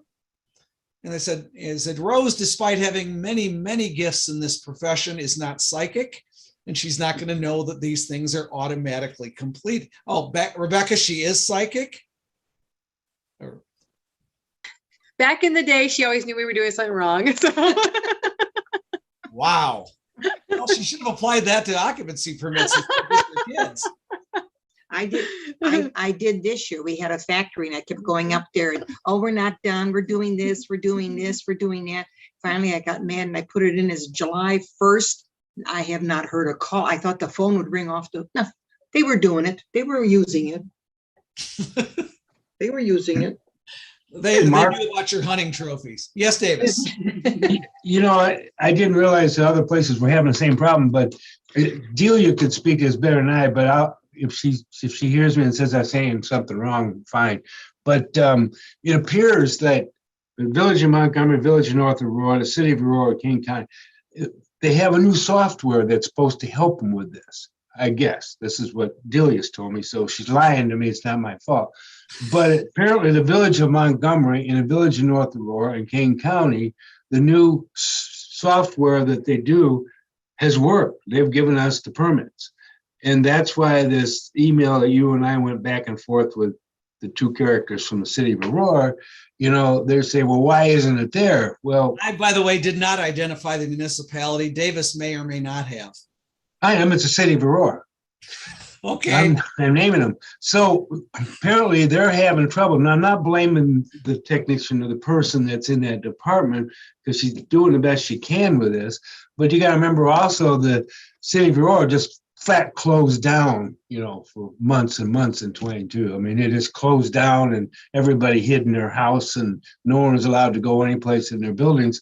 So apparently then they picked up, they went back to work, and now they've got a whole bunch of permits and things that are trying to deal with on the new software that the other jurisdictions that we have, have been able to handle. So the issue that you and I were emailing back and forth, they said, well, how come this industrial building isn't on there? We had pictures of inside and everything. But then that's why I sent that email back that was a little bit smart ass. Go figure I would do that. But I told him, I said, hey, we first got to get the email. Unfortunately, our field guy has open permit sheets, for to go out in the field and look and follow up on buildings, especially towards the end of December, that we can see, and he can go in there and measure it and make sure it's 100% or whatever percentage it is. But until you get that C of O, you don't know when that occupancy officially started. And it'd be nice to give us a head start and say, hey, it was already there. Or where's the certificate of occupancy? And I think Delia has requested that yesterday. So we'll see if we get it, even if it exists. But the point is, they came to us saying, hey, you don't know what you're doing. That building was 100%. That was the big deal.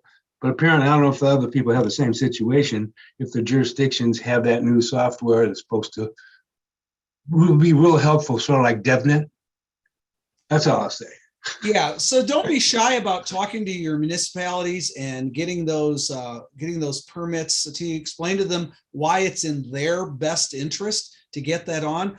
We are a PTEL county. The sooner they get that new property on, the better it is for them if they want to levy against that new property. So it's okay to have that conversation with them. The property tax code does require them to give you the occupancy permits. Unfortunately, the property tax code just says they have to give it to you by December 31st. And of course, by then it's too late to put it on with the existing assessment cycle. So with that, I want to segue into one of the things that we talked about in what people hope to get out of this, and that is omitted property. So we're catching this one on the fly, and we do have some discussion within the book, but I want to talk about this now. Under section 9-160 of the property tax code, pretty sure that's what it is. I'm doing that from memory. It does provide for bringing things on for omitted property from the date that it was substantially complete and ready for occupancy, or the date the occupancy permit is issued until the end of the year. The real problem is we don't take those after, what's our cutoff date, Bev? Is it the end of October for instance? Bev, you're muted. Yeah, sorry. Okay, yes, end of October. And the reason for that is that if we keep the books open till then, we still have to give 30 days notice. We then have to give notice of hearing. We have to hold the hearing. We have to rule on it, and then still balance the township. And if we have one outstanding property, the whole county is held up. Our job one is to make sure we process the tax rolls on time, so all distributions get out to local government. So I mean, somebody like Kathy involved in somebody like a fire district, if we're holding it off for one thing, your fire department doesn't get its money, and this is their only source of funding. So they really, really need that money right away. They don't need to be borrowing money and paying interest to make that happen. So that's why we're so fussy on the timing of the tax cycle. However, if you want to submit a partial assessment for the prior year as omitted property, you can do so. We'll get into the specific process when it comes up in the book, but that can be done if they were available they were accessible at an earlier date and you were unable to get that at that time. That's going to be generated by you. So you have to make a decision on whether to submit the omitted property assessment. If it's a single family home and their occupancy date was December 24th, that might not be the Christmas present you want to give them. Because at some point, the time for applying omitted property and getting it in, the revenue you get is less than the cost of actually administering it. But it's your call on whether to submit it. We'll get into the process of how in a little while. Any other questions on changes, operations, challenges we expect to see in the coming year? All right, well then let's move on to number 5, the instructional assembly book. I'm going to pop over and share my screen again. If you have your own book, you can follow along. It's the printed book with the green cover. And share screen. There we go. So there's what the book looks like. You can also find this book if you haven't seen it yet. It's on the front of the web page. So this will be on the website at kaneCountyAssessments.org. You can see it comes up in Adobe Acrobat as with all these bookmarks. So I'm going to skip right into the 2022 assessment cycles. This is on page 4 of the book. So you can see here, we broke down a summary of the responsibilities of each township assessor, the responsibilities of the supervisor of assessments, and the responsibilities of the board of review. Now, this gives the statutory requirements for each one. You can find each of these in the property tax code. There's a link down here at the bottom to the property tax code. So you can go to that and then look up any specific provision that's in there. Now, when you go in and look at any specific provision, it'll tell you what has to happen, but it generally doesn't tell you how it has to happen. Township assessors have broad discretion in the discharge of their duties. If the property tax code doesn't say how, then you get to decide this. A good question I get a lot is, where in state law does it say exactly how much a fireplace is worth? And the answer is, there is no place that says where a fireplace is worth.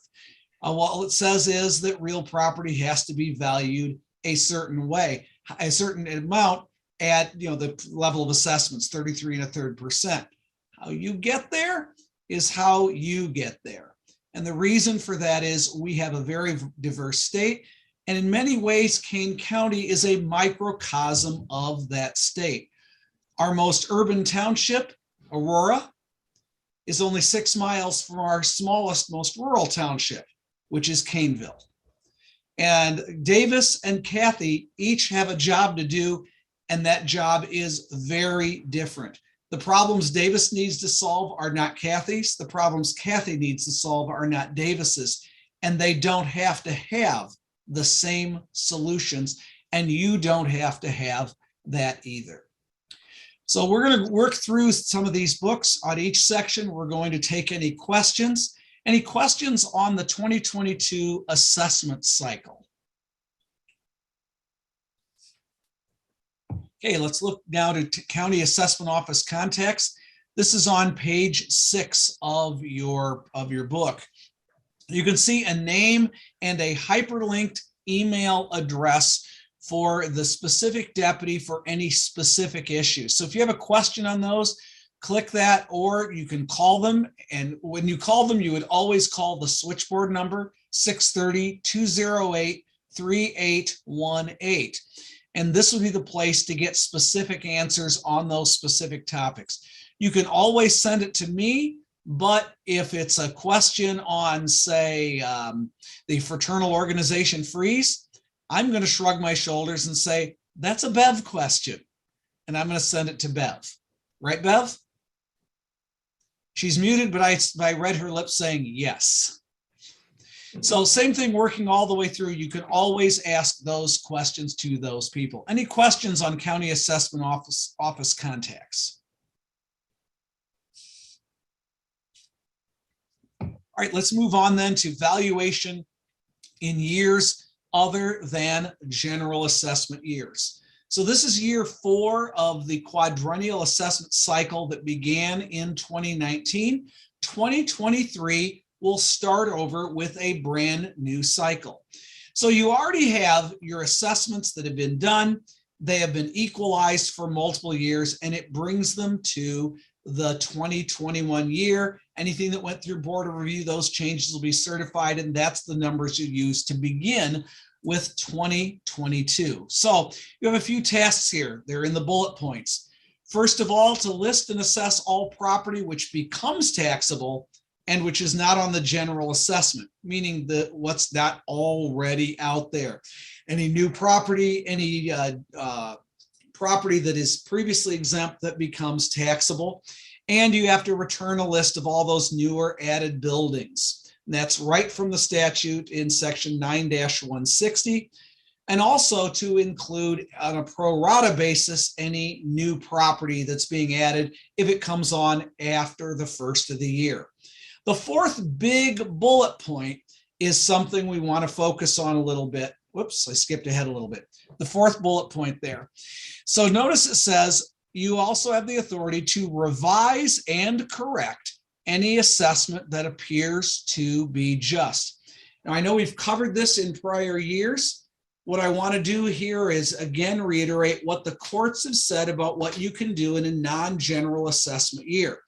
So this means in those years, you can revise and correct any assessment. But this is from the decision in Albee versus Sote, the assessor does not have the authority to revise or correct. If the legislature so intended, it would have so indicated. So what that means is when you revise an assessment other than equalization in a non-quad year, what you are saying is in that prior year, that assessment was not correct and it needed to be revised. Now, why is that important? Well, in the Albee versus Sote decision, Carol Sote was the treasurer. This was a tax objection complaint in Joe Davies County back in 2000. And it referred to changes in 1996, 1995 was the quad. They put the then county supervisor of assessments on the stand. Well, you did this assessment in 1995, right? Yes. Was it correct? Yes. And then in 1996, you revised it. Yes. Yes, I did. Why? Well, I just revised it. Was it correct though the year before? Oh yeah, it was correct the year before. That's what the court overruled, because equalization is how you change things when they were correct. If you make a change in 2022, that is a statement that the prior year assessment was not correct. Where does that come into play? Well, if there's a pending appeal to the Property Tax Appeal Board, that is where it will show up.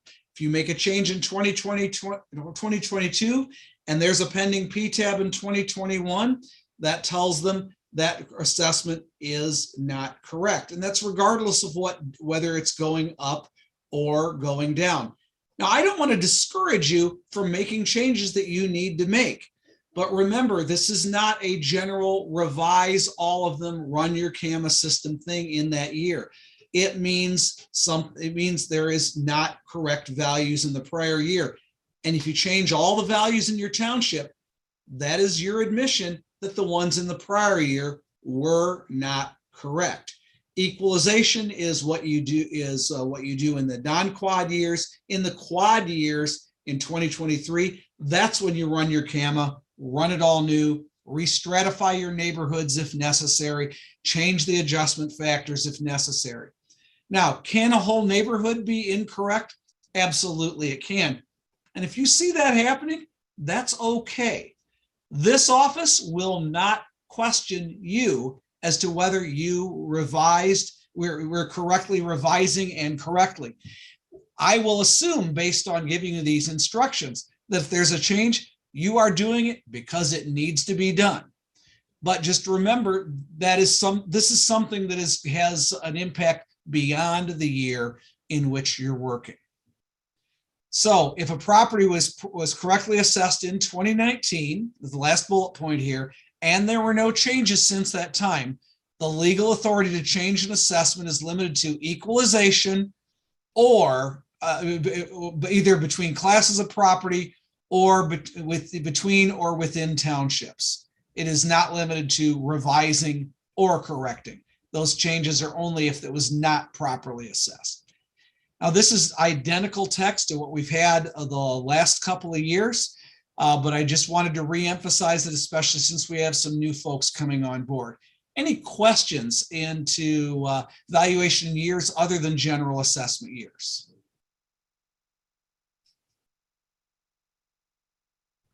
All right, let's move on then. Use of sale price and assessments. This is what some people have called sale chasing.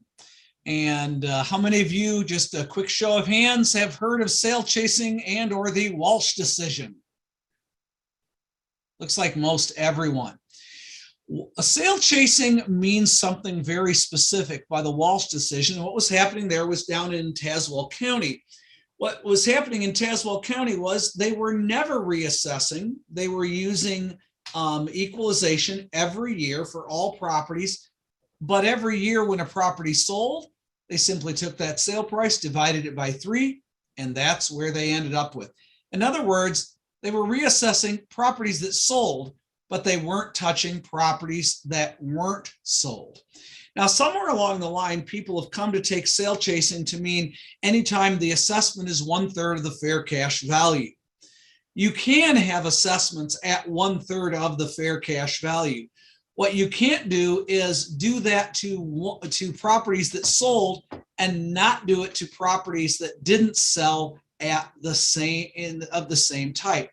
Now, let's assume you have a property class and you're taking a look at it, and let's say you have a large mall. We'll call it the Barleytown Mall. I'll just make up a name that doesn't represent any specific mall in any specific place. Let's say the Barleytown Mall is completely empty except for maybe a functioning theater, and you have to value that. And what do you know? There is a sale early in the year, say in February of 2022, of the Barleytown Mall. If you end up at 1/3 of that sale price, have you violated this provision? Well, the first question is, are there any other regional malls in your jurisdiction? Well, if that answer is no, you at least answer the question of how to treat all regional malls the same. The second is there any better indication of that value? Probably not. Does that indicate that your value in the 2019 quad was incorrect? Maybe. We don't know how those compare. That's an extreme example, but it does show someplace where using the sale price and assessments actually kind of makes sense. And it's very difficult to come into the argument, especially on adjudication, and say, well, we made this change because our CAMA system showed us the value should be something, when the Barleytown Mall probably doesn't have many good other properties to develop a credible mass appraisal model for. So it gives us some example of what to do, what not to do. Obviously, there is the great middle of where we have to try to figure out where all those things fit, and that requires judgment in all your work as well. And there may be different answers in different jurisdictions. Questions on use of sale price and assessments? Yes, Diane, who does not have any Barleytown Mall in her jurisdiction.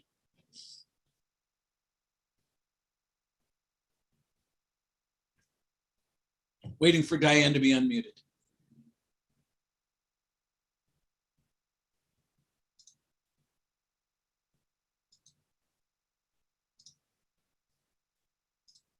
There, okay. Can you hear me?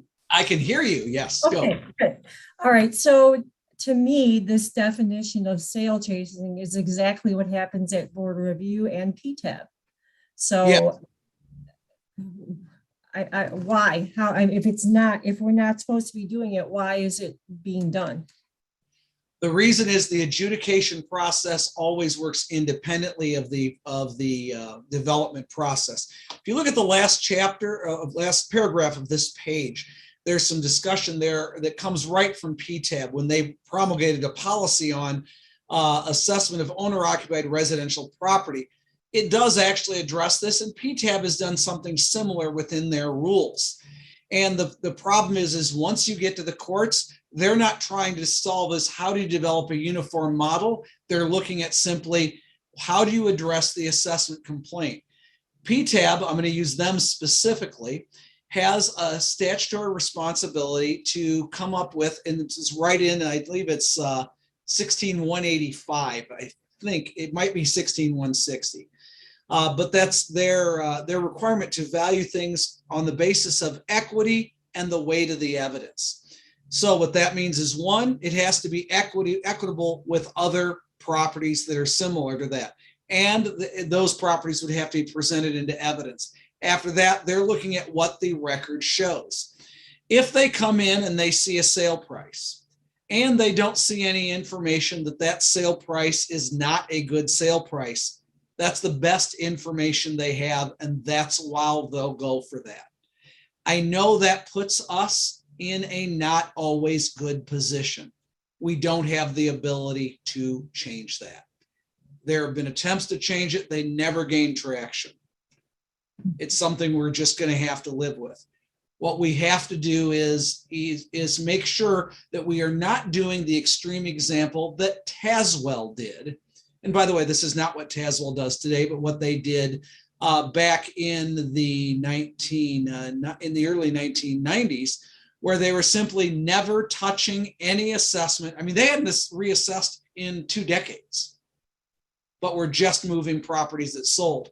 So you were ending up with a property that sold that may be assessed. And in the case of the Walsh House, which was a very large Victorian residence, you were seeing a house that was assessed at double and triple what a house almost exactly like it that didn't sell was. That's the issue that sale chasing created here. It wasn't just simple. They can't be similar to the sale price itself. And that doesn't impact what happens at an adjudication level. I wish I had a better answer for you, Diane. Yeah, thanks. Other questions on using sale price and assessments? All right, let's move down to exposure to the open market. We have quite a few subcategories here. So starting off, we've talked about whether properties are exposed to the open market. And this changed a lot in about 10 years ago about what they were considering. So first we have something on what to do if you want to remove a sale from a sales ratio study. There's some information of how you can get one out. Because we'll get something that comes through. The PTAX 203 form says, yes, it was exposed to the open market, but we don't think it was. How do we get that removed? Well, here's some steps of how you can do it. Some written statement from different people of who had the opportunity to purchase, who may not have had the opportunity to purchase. Maybe there was a contract stating that the buyer had an option to buy, a written statement from a seller or the buyer stating this. And that's how we can get them removed. Now, a better question might ask is it worth it to try to get a sale removed? A good question is will it affect anything? If you're, say, in the Aurora market and you have hundreds and hundreds and hundreds of sales, this will not move the median. This will not change your coefficient of dispersion or your price-related differential. I'm going to say it's probably not worth the effort to get that sale tossed. It's going to take more time, it will, than any benefit that comes out of it. But if you think it will make a difference in your jurisdiction, this is something you want to go ahead and try to get kicked out of the sales ratio study. You can certainly try that, and Bev is the person that you would want to present this information to, because she's the one who processes the sales ratio study. Before we get to Public Act 96-1083, any questions on getting a sale removed? Okay, Public Act 1083, sorry, is the one on the next page, starts on page 10 of the packet. This was the one that added compulsory sales to be considered arm's length sales. Short sales and bank REOs are the two ones that are majorly included here. Now, many of these sales get kicked out for another reason. And that reason is in the sales ratio study, we remove special warranty deed sales from the study automatically.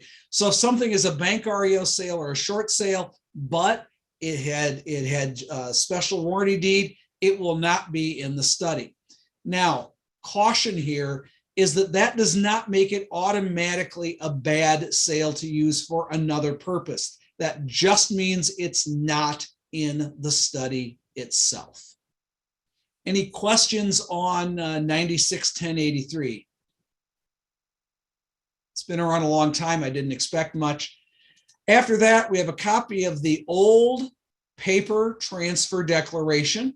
I'm including it here for reference because on subsequent pages to this, we have the actual written instructions. So you can see there in the book on how to fill it out.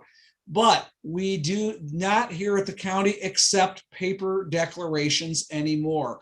We are 100% a MyDeck county, and we're one of the few who does this. So starting there on page 20, you can see an example of a MyDeck property tax declaration. So this is actually filled out on a website. They have some data validation on things like the parcel numbers. So we can't always guarantee the parcel number is correct or that the legal description matches it, but at least we know now it is a valid parcel number or it will never get through the system. So this is where it will show up, and it shows you an example of what a MyDeck declaration looks like. Any questions on MyDeck? Okay, let's move then on to CCAO codes, and we can see some of these codes that are being done in for coding MyDeck when we have to edit them for the before they're sent to the state for the sales ratio study. Bev, I want to invite you to jump on at this point and actually talk about what happens when we are looking at the MyDecks. What do we do here at the county with these before we send them on to the state? We edit the transfer declarations. We verify the parcel number, the date of the deed. That has to be current year. If it's not, then it's rejected. If the property was advertised for sale, with residential, and if any of the boxes underneath section 10 are checked. Well, like Mark said, if it's a short sale, it will be used. If it's a short sale and it's a special warranty deed or a quitclaim deed, it's rejected. And then we also fill out the back of the transfer declaration under the CCAO box with the prior year's information, and then that is entered in the MyDeck, and then that's it. Then we QC them later on, and then that's it. And all that information is directly with the Department of Revenue. So when they do the sales ratio study, if they have any questions, I just go onto MyDeck, and that's what they pull their information from. And of course, if any of you have like a reason why it should be removed from the study, I know Lynn from St. Charles, she emails me a lot where it's advertised for sale, but that box says no, it's not. That I will remove it from our sales study. The Department of Revenue will leave it in their sales study because they need a letter from the buyer or seller stating that it was advertised, and they do not use printouts from DevNet or MLS listings. They do not use those. So if anybody has any questions, you can ask me about the editing of how we do it. Any questions for Bev? All right, let's move ahead then to page number 33, taxable leaseholds. Now, taxable leaseholds have become more and more of an issue. We're discovering more and more of them, and it's going to become a major point of emphasis over the next couple of years in this office. Looking ahead to 2024, I'm going to be asking the county board to fund a new position in this office. You're thinking, Mark, why are you going that far ahead? Well, certainly 2022's budget was just passed on Tuesday, so just a couple of days ago, with just hours to spare before the fiscal year started for counties. And in 2023, we're going to have a general assessment year, and I don't like to take on big projects in a general assessment year. We're going to have plenty to do other than that. But starting in 2024, I want to do a comprehensive review of non-homestead exemptions in the county. So what is a property that would be exempt from property tax altogether? They're generally in two classes. One is properties that are exempt by ownership alone. So what would that be? Well, properties owned by municipalities within the municipal boundaries, those are exempt by ownership. They can be sitting there vacant. They don't need to be used for anything. On the other hand, we have many properties that are exempt by use. A common use would be a religious property, such as a church or a parsonage. Or properties of certain governments are required to actually be used. For instance, county and township properties are not exempt by ownership alone, but have to be exempt by ownership and use. So why is that distinction important? Well, it's important in the establishment of a taxable leasehold. If a property is exempt on a use basis and they're leased out, then what that lease does is it defeats the exemption. That exemption is automatically removed and the property is placed back on the tax rolls. So if your township has property and they're leasing it, that should defeat the exemption altogether. Now here's the problem, is every year we send out thousands of letters. We have about 8,000 of these properties countywide, saying, are you still using it for exempt purpose? And almost everyone comes back, yep, sure are. And we find out those haven't actually always been the case. So we're developing a plan where we can equitably work across the county to review them all and get some of these properties back on the tax rolls when they need to be. Why is that important?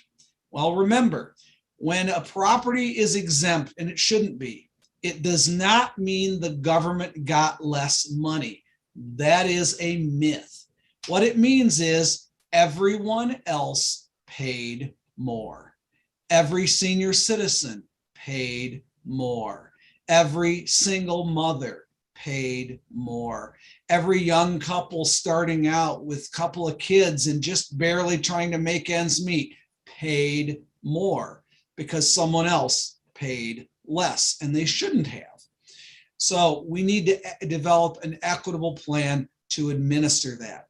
Now, there's one class of properties though where they wouldn't automatically be put on, but instead something else happens, and that is a taxable leasehold. There's a lot of information here about the test for a taxable leasehold, but essentially it's this. The property has to be exempt on the basis of use. That's going to limit it to certain governmental entities only. Second, they have to be leased out to another person. That lease does not have to be, it has to have money, but it doesn't have to be leased at market rate. It can be leased for $1, and that can defeat the exemption. And then the property, that leasehold itself, becomes taxable.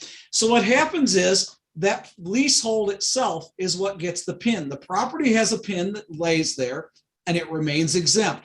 The leasehold gets the PIN. So if that leasehold expires and they get a new leasehold, or they tear up the lease and get a new leasehold, a new PIN is created at that time. Now, there's a number of ways these things can go wrong. I want to cover a few of them right now off the top of my head. First thing is valuing it at its lease rate and not at its market rate. The courts are quite clear. Taxable leaseholds are valued at their market rate. Their lease rate does not necessarily mean the market rate. Now it can be, but it doesn't automatically mean that. The second thing is using a lease term different from lease term that's in that leasehold itself. When you're valuing a taxable leasehold, it's not the same as valuing a property in perpetuity. Let me give you an example. When you buy your house, you're buying the right to own and occupy that house for from that time until the time you sell it. Then you are buying the right to get the money from the sale of the property. But when you're valuing a taxable leasehold, you're valuing only one of those two things. You're valuing the right to occupy and control that property during the term of the lease. But at the end of that lease, you are not giving them the value of the property as for the reversion, the value that's left over. So the way you do that is you value it using a discounted cash flow. And that has to value the actual time the tenant has control of that property. So that means the term of the lease. If there are any tenant options where they have control, you would have to include that as well. Another common mistake is somebody leases the land and then an improvement is built on that property. And what that taxpayer may claim is, well, I own the improvement. That's not part of the lease, so you can't value that. The tenant is wrong. And there are multiple court decisions on that issue. What you are valuing is all the rights that accrue to that property. That goes back to the 1970 Springfield Marine decision from the Supreme Court. You're valuing all the rights that accrue to the property. So you need a market value of the property as it's improved as of January 1st until the end of that leasehold. Now, taxable leaseholds themselves are a much larger issue than we can cover in this instructional assembly. If you have an opportunity, I think that a good thing to do would be to take the IPI course, Partial Interests and Taxable Leaseholds, and it's being offered multiple times in the coming year. If you can't take that, there is a 2-hour webinar version that is being developed, and I'm going to be presenting that next week to the Women's Property Tax Association, but we'll also be looking as a way to offer that coming up in the near future, hopefully either through the IPAI or through the IAAO, to provide the very Illinois-specific way to value taxable leaseholds. Now, the next thing is, so Mark, I think I might have one of these. What should I do? Give me a call. We'll go over and look at it. Not every agreement is a leasehold. Some of these may actually be licenses. There's a great Supreme Court case, the Millennium Park decision. In my taxable leaseholds book that I wrote, it has a whole chapter on Millennium Park. That was actually a license and not a lease. And the Supreme Court has given us some very good criteria for determining what is a lease and what is a license. But if you have questions, give me a call. Let's go over it. Ultimately, it ends up being the call here at the county about how to put that on, but we want to give you the opportunity to value that as best you can decide in your jurisdiction. I know that's a lot of information. You're probably going to have more questions later on about that, but are there any questions on taxable leaseholds that you can come up with or that you have on your mind right now while we're all together in a group? Patty, was that a question or are you just stretching? She says no, so I'm gonna guess that's a no. Any other questions? All right, we'll skip down to page 37, Assessor Standards for Posting. Bev, I think this is something that you might be better to address for us. Can you talk us through this? Just for the new township assessors, my name is Bev Doran. I balance all the 16 townships here in Kane County. So if you have any questions regarding the posting standards, please feel free to call me, or if you have any questions now, that's fine, but just give me a call anytime and I'll be more than happy to go over them with you, or if you have any questions. So for those new, what we're talking about with assessor standards for posting are the codes that you're going to be entering in your system. This would be Pam's for most of you, except for St. Charles, which is using, are they still calling it Vanguard or are they calling it something else? I see different names, Diane. They're still Vanguard? All right, I did see Mike Weeks a few weeks ago.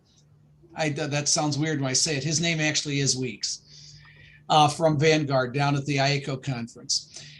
And so with this, there are codes that have to go in, and if they're not going in for codes that includes things like changes, Bev is going to call you and ask you for those codes. Yeah. She may give you pages and pages of things, or she may have known if the books come in clean. But any changes to value, we need to know why, because we need to classify, for instance, is it new property? That's especially important. I remember my first year in 2006, I got a call from somebody who's no longer on this call. And I called and left a message. I need to know what your estimate of new property is, because it was December and that person still hadn't gotten the books in. The person called me back and said, yeah, a lot of people keep asking me that new property thing. Is that something you need to know? Like, oh, yes, dear. Yes, it is. It affects the PTEL and property tax extension. So these need to be coded correctly. If a change comes in that doesn't have a code, we're going to ask about it. If it has a code, though, that says new property, we're going to code it. That part, we need to know what part is new property. So Bev is the one who is going to handle that directly. Any questions for Bev? Bonnie. I do. We have those codes, but can we get an updated code for the Board of Review, like from their decisions? You know, how do they have numbers too? They do not. They use the actual word codes themselves. If you would like a list of what the Board of Review codes are, Jennifer, is that something that you can export and send out to the Township Assessor, what the Board of Review decision codes are? Yeah, I can do that. Very good. Oh, great. Thank you so much. You're welcome. Welcome. Any other questions on assessor standards for posting?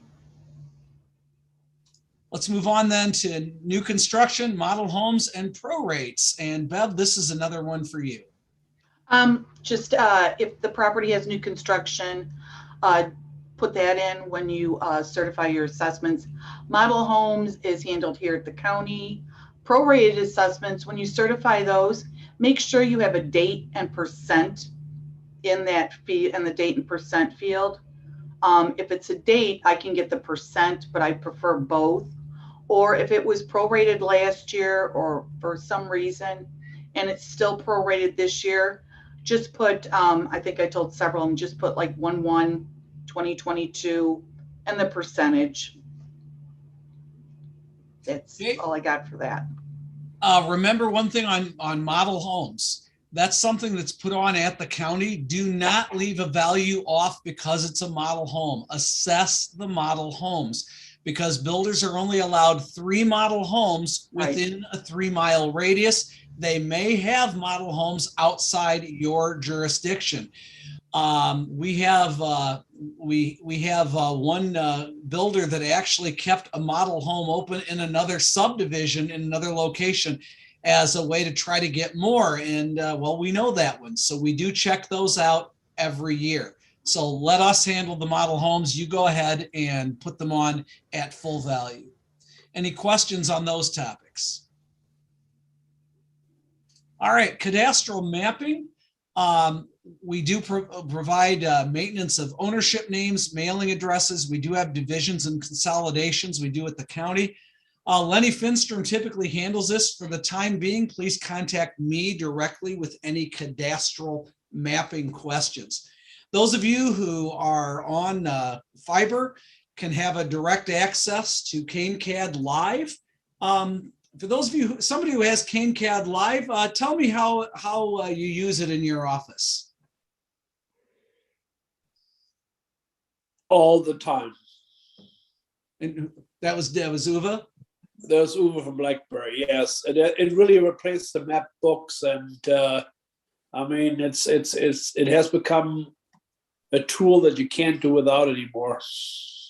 And we keep adding newer and newer features. We now have aerial photos going back to 1939 that you can just adjust by a drop-down menu. We have 2020 and 2021 aerials. You have links to oblique imagery.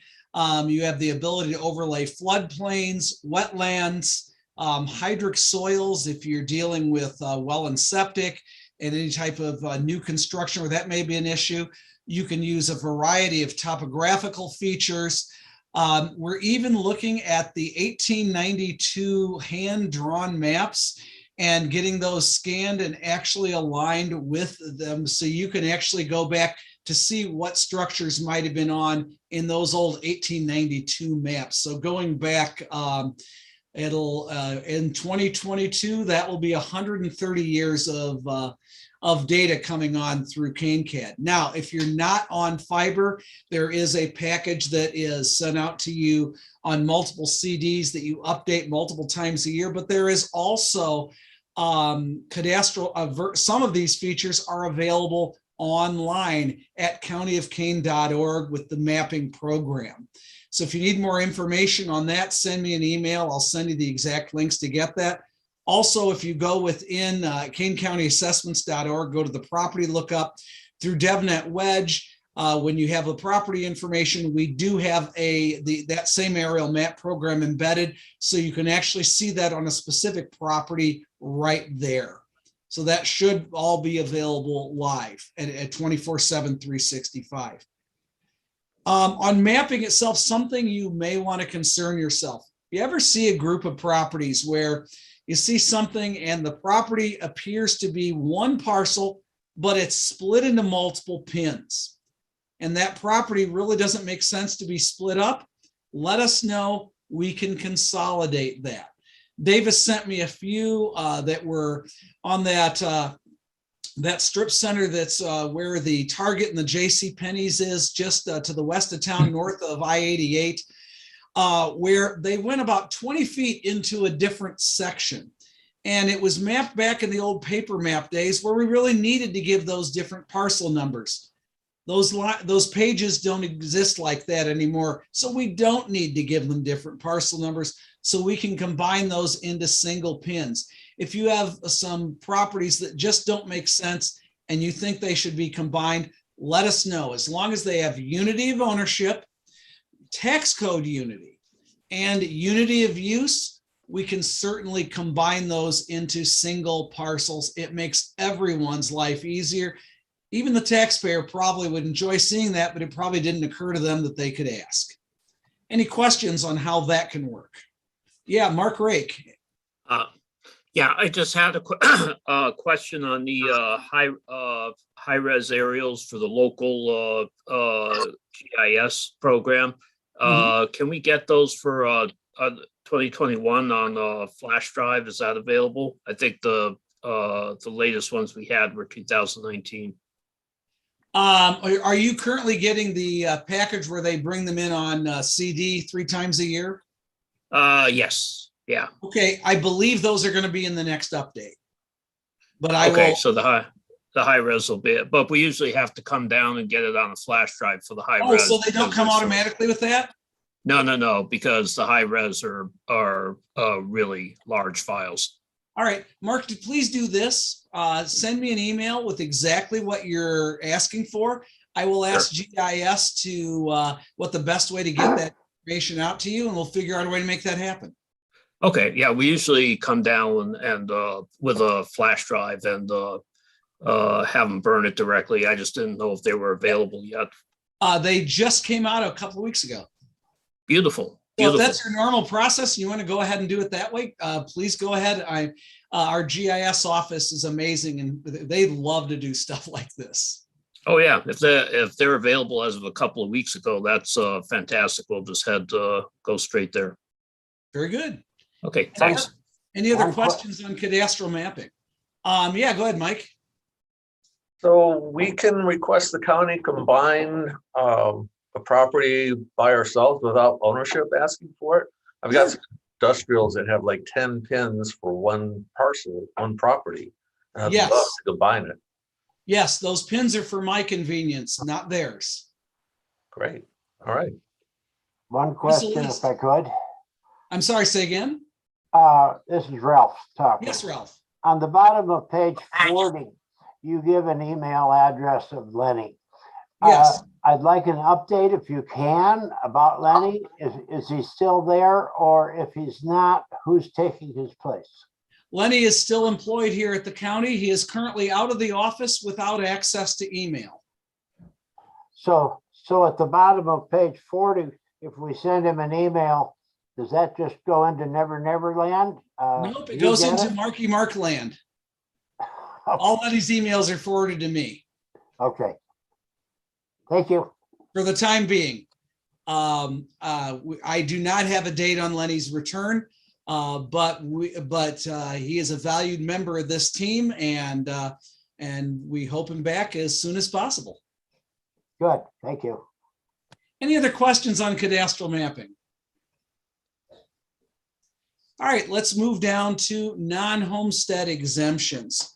So we had a question earlier on about assessment exempt, what's taxable, what's exempt. Non-homestead exemptions are required, first of all, to make an application to apply. There has to be an initial application. Nobody can be simply granted an exemption, no matter how deserving they might be. Once they are granted that exemption, they still have to maintain it with an annual affidavit or a certificate of exempt status. And there are three exceptions to that. One exception is property of the United States. One exception is religious properties. And one exception is cemeteries if they are owned by nonprofit cemetery groups. Otherwise, they are required to file an annual certification by January 1st of this year.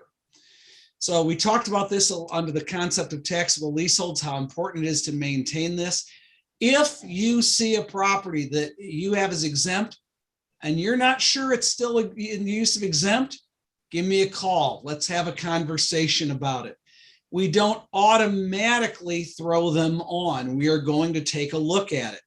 But one thing to remember on exempt properties, there is a century of case law that says in any debatable matter, it shall be resolved in favor of taxation.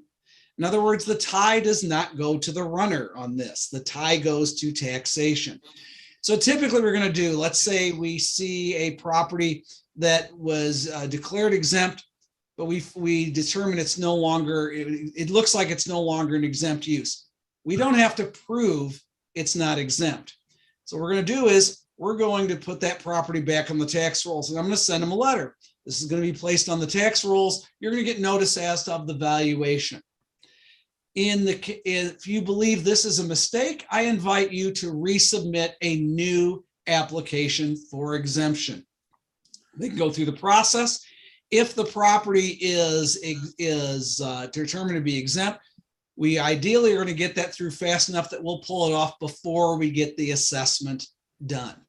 Now, there's a couple of cases where we have some pending court cases where we're holding things off until those court cases are resolved. We don't want to send them a omitted property assessment, have them pay a large tax bill, and then have to give it all back with interest. Kathy, as the tax person for a fire district, if a fire district got a windfall, would they be good about saying, oh, let's not spend this money because we might have to give it back? If they knew, just because we're a good little district, if we knew we had a windfall, that'd be great. You know, we wouldn't touch it. But if we didn't know it, and then we'd be screwed. Right. Well, that's why we want to make sure we're not setting taxing districts up to fail with putting things back on automatically. So we will take into consideration with that. Another example, and Mike Belak and I dealt with this with the expansion of Sherman Hospital. We did not automatically put the hospital on because we knew that they were going to apply for exemption, and but all the exemptions were on hold at the time because of some court action. We knew we could put it on as omitted property if we needed to later, but if we put that hospital on for $100 million, would all the taxing districts not take the revenue and then just hold it and then have to give it back? Now, we knew what would happen, so we held that one off with the knowledge and agreement of all the participants. And it worked out well because the department did eventually rule that Sherman Hospital is an institution of public charity. And I will draw a veil of silence over my opinion of those laws. Any other questions on non-homestead exemptions? All right, homestead exemptions. I'm not going to spend a whole lot of time on these because they're pretty common. We've dealt with them a lot. There's descriptions of each exemption starting on page 42.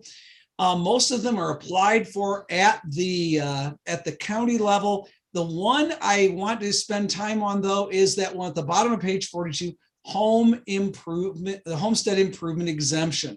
This one is the one that you're going to apply automatically when you apply new property. Now, make sure you do it to somebody who's already getting the general. It doesn't go on for all residential. It goes on for the ones where they're already getting an exemption. But if they improve that homestead, up to $25,000 of the EAV can come off.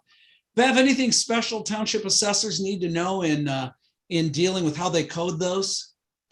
Just that if a property has it, if you certify an HIE and they don't have the general, I remove that HIE.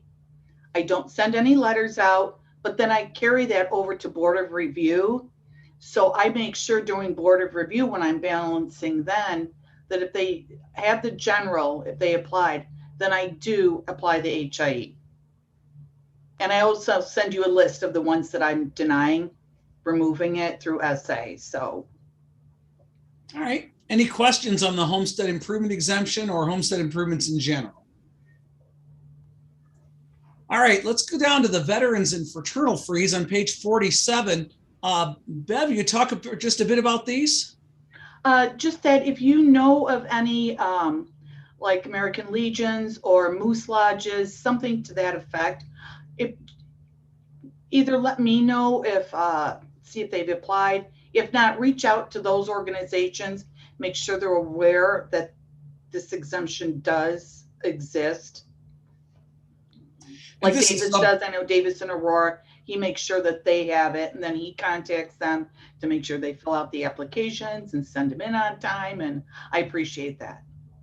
Yeah, this is something where you can be the hero to the people in your jurisdiction. Davis loves to be a hero. He puts on his cape and he heads down to AMVETS and other places and says, hey, everybody, make sure you get this. Here's the thing. You get a group like the Moose Lodge or AMVETS or the Legion or the VFW. They change officers every year. They do a really good job of forgetting to tell the people, hey, you got to apply for this every year or you're going to get a significant assessment increase. So the more we catch them right up front, so it isn't, they don't wait until they get their tax bill and use some words which probably can't be completed or repeated in polite company, the better off everybody is. Davis, how long have you been doing that? Well, ever since that exemption, I knew about it, but I have three for the most part, AMVETS, two VFWs, but you know, once you do it 1 year, I actually keep track of you have to fill it out and say how many acres are there and that kind of stuff. So once I have that format, I just mail it out to them every year with a stamped self-addressed envelope that said, you know, send it back or send it up to Bev. So once you do it, you keep track of what goes in those blanks. It's really easy. Same thing with golf courses. You know, once you do it, it is a good PR thing. Any questions on the veterans or fraternal freeze? All right, let's go on to farmland assessments. So we have the same definition of farm that we've had in prior years. On page 51, page 50 is where the certification is. Page 51 shows the certified values for the year. I'm going to zoom in a little bit on this to actually show this. So at the bottom, we can see for the 82 management PI, we can see the gross income projected was $437.34 an acre, non-land production costs of $318.16 acre. That gives a net return to the land at that PI of $119.18 per acre. That gives us an agricultural economic value. And if you skip down to the bottom, you can see the 5-year cap rate is 4.74% at $2,514.30 an acre. Multiplied times 33.33%, that gives us an EAV there of $838.10 per acre. However, the certified value is $238.02. If we go down, we can see the certified value is always lower there with the top certified value at a 130 PI of $868.70. Why the difference? Because it can only go up the dollar amount of 10% of the median cropped soil. And that's PI 111 in Illinois. So that meant the maximum these can increase in a year is $38.73 per acre for this year. Next year, it will be 10% of the 111 certification. So the maximum they can go up next year would be $42.61 per acre. So we're still below the agricultural economic value.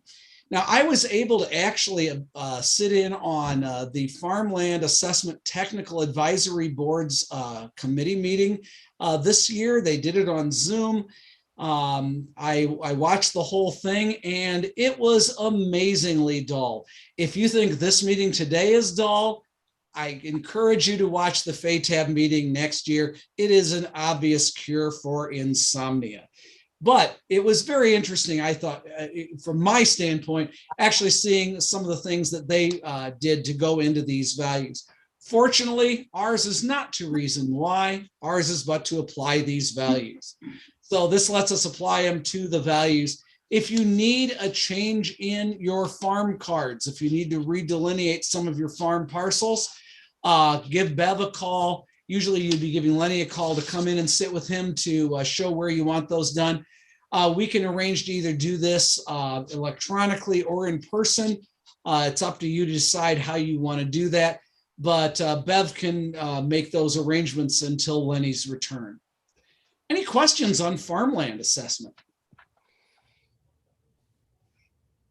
All right, we're coming into the home stretch here. Let's move down to page 54, Developers Relief Preferential Assessment. This is section 10-30. Now, this is no change from prior years. By the way, this is going to be one of the breakout session topics for the state conference next April, if you're going to be looking at that. So we're spending a lot of time on that here. But there's some simple questions to go through to see if a property qualifies. Remember that just because somebody has different pins does not mean it's a subdivision for purposes of this code. It has to be a subdivision that meets the subdivision code. So it has to be a legal subdivision that has to have been recorded.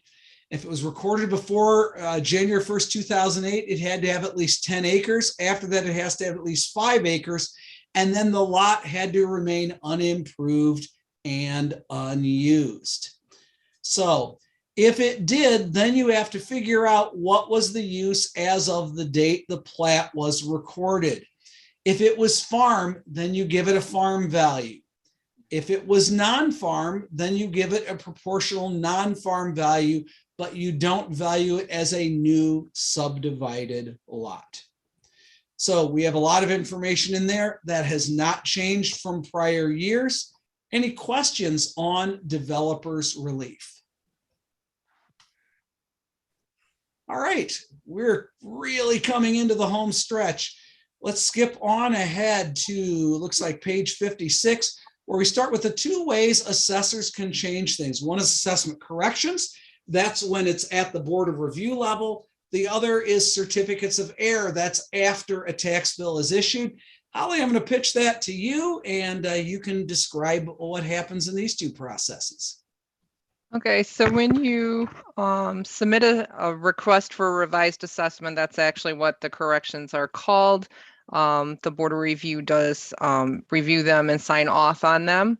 It will take us a while to process those during the board of review session because we need to process all complaints for your township prior to processing the corrections because we can only do one. We can't do both of them in the DevNet system. So we have started the last couple of years not sending out those notices until the first group will go out the middle of October and the second group will go out the middle of November. And then hopefully we only have a couple stragglers after that. Then the board has not signed off on the 2021s as of yet. We're doing them as an entire group. It just makes it easier for us to run a report for all of those. And then they will get their notice of findings at the same time that the complaints get their notice of findings. Just remember the deadlines for the corrections. If you're just correcting something in your township, that deadline is October 1st. If you're doing divisions or prorated instant assessments, that deadline is November 1st. So the majority of the ones that a taxpayer might request a hearing on will be in that first group in October. That's all I have for corrections. Holly, let me jump in one thing to make sure everyone understands. If you send in a correction and a taxpayer sends in a complaint on the same property, those get consolidated into the same action. And unless you send us something different, your request for a correction becomes your evidence. So we will fold that into it. But if you send, say, a correction to go to one value and then they ask for a complaint, we're going to look at that as your evidence unless you send us something additional on beyond that. Just want to make sure that all those get folded into one action. Okay, and then for certificate of errors, remember certificate of errors corrects a tax bill. So we can't process any certificate of errors until a tax bill is out. So our date to start those is sometime right around May 1st. So if you submit those to Jody through the SharePoint application, they will sit there. We are not going to touch them until we get the okay from the treasurer that we can start processing the certificate of errors. We can only go back 1 year except for non-homestead, and that's something that we will do internally in our office. But if a taxpayer says, well, I haven't been getting my homestead exemption for 12 years, I want all that money back, we can't go back more than the 1 year. And if you submit a certificate of error for like square footage, or they were assessed for too many plumbing fixtures, and you currently have your next year's book in hand, you need to make sure that you correct that assessment for current year as well as prior year. We will not make that change for you. That has to be done. If you've turned in your book and Bev is working on it, or it's at the board of review level before October 1st, and you submit a certificate of error for one of those reasons, make sure you also submit a request for revised assessment so that we can correct that current year as well. The deadline for certificate of errors is October 1st of every year. We need to be able to process those prior to judgment for the treasurer's office so they can get any rebates out to the taxpayers prior to tax sale. Anything else, Holly? Nope, that's it. Questions for Holly on certificates of error or corrections? Holly, thanks a lot. I'm going to stop my screen share here. And we're going to go into the final additional business and questions. This is number 6 on the agenda. So there were 2 questions that were submitted ahead of time. The first one comes from Patty. Patty is a chief deputy assessor at one of our townships. Won't tell who. Do you not remember sending this, Patty? You look startled. Okay, good. Says, I have a question regarding form P-Tax 203. That's the transfer declaration. What, if any, training is done / offered to the people preparing these forms? She then talks about how the P-Tax 203 forms sometimes come in with incorrect information on them. Just show of hands, whoever has seen an P-Tax 203 and thought, this person doesn't know what they are talking about. Yeah, lots of them. So here's what we're taking a look at doing. The first part of the question, is there any current training offered? Not that I'm aware of.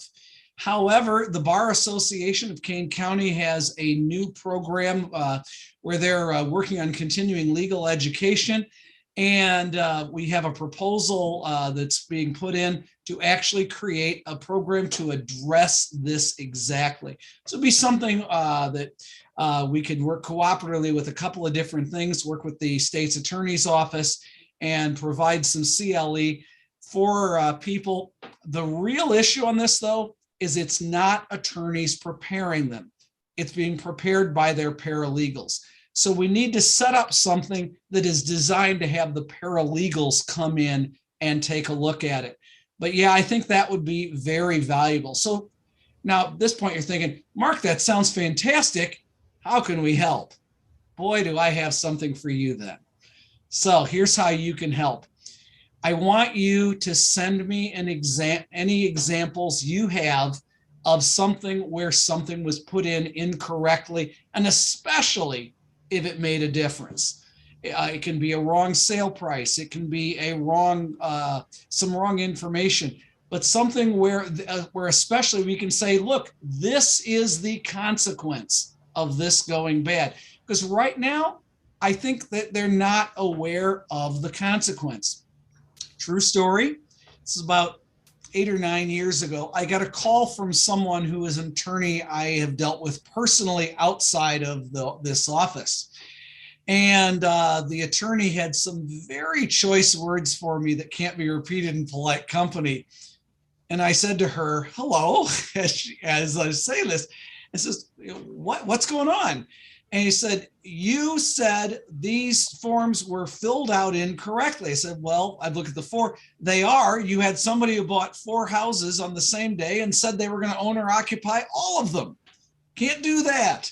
You can only do one. And it turns out they were buying all of them for tenant occupancy. And I know what happened. Her paralegal just went ahead and checked those boxes without thinking about it. And she goes, well, those forms don't belong to you. Well, yeah, they actually do. We rely on them quite a bit in the assessment process. Every one of them has to go through BEV. And BEV, sees they're what goes into our sales ratio studies. So we do have an interest in getting these right, but we're not interested so much in punishing people, so much as trying to make them happen. So Bev, what else should we be looking at to add in here? I just wanted to say that with the MyDex, we have found that they are being filled out much better than what the paper P-Tax is. I believe there's a lot of edits that they have to fill these out. These spaces are required. And if the parcel number is incorrect on there, Lenny and Steve, they read the legal description from the actual deed, not the transfer declaration. They go ahead, they correct the parcel number. Unfortunately, in MyDeck, we cannot change the parcel number. So it might be the underlying parcel, there's been a division, that cannot be changed. But in our system in DevNet, we go ahead, we retire that parcel, we add the new parcel. So the sale goes with the new parcel number. But we have found that there's a lot less mistakes being made on those. So we've got some improvement, but we got some place to go. Yeah. So when you see something, especially if it's something within a MyDeck, but even if it's not, it's okay to bring that up because we want to stress the importance of getting this right. Send it over. You can send that to my email directly, and we'll start working on that program and see if we can roll out some new CLE for attorneys and their paralegals in 2022. Mark, I just have one comment on that. What I have found on properties that are somewhat rural, generally 5 to 10 acres, personal property is always 0, even though a purchase of that property may include tractors, mowers, and lots of other things like that. So on your list of things to talk to the attorneys about, I would emphasize that personal property should be filled out, not just made 0. I appreciate that, Ralph. Thank you for bringing that up. If any of you have an example of something where you know there was personal property included, but they put down 0, that would be super useful. I'll take out the names on this. I'll blur them all out so we see this, but telling them about it won't nearly have the impact of throwing this up on the big screen and saying, see, this is what happened, but here is an example of this. And then I can take a P-Tax 203A with the list of personal property attached for one that had it and say, this is how it's done correctly. Because we want to just not just tell them how not to do it, we want to tell them how to do it. Any other questions on that one before we move to question 2? This is Uwe from BlackBerry. The question that I had is, remember the case where I sent you the P-Tax 203? The law office had filled them out with the wrong dollar amount of the residence. because they were selling actually a duplex, half a duplex, and they had like some $450,000 or $480,000 value on it.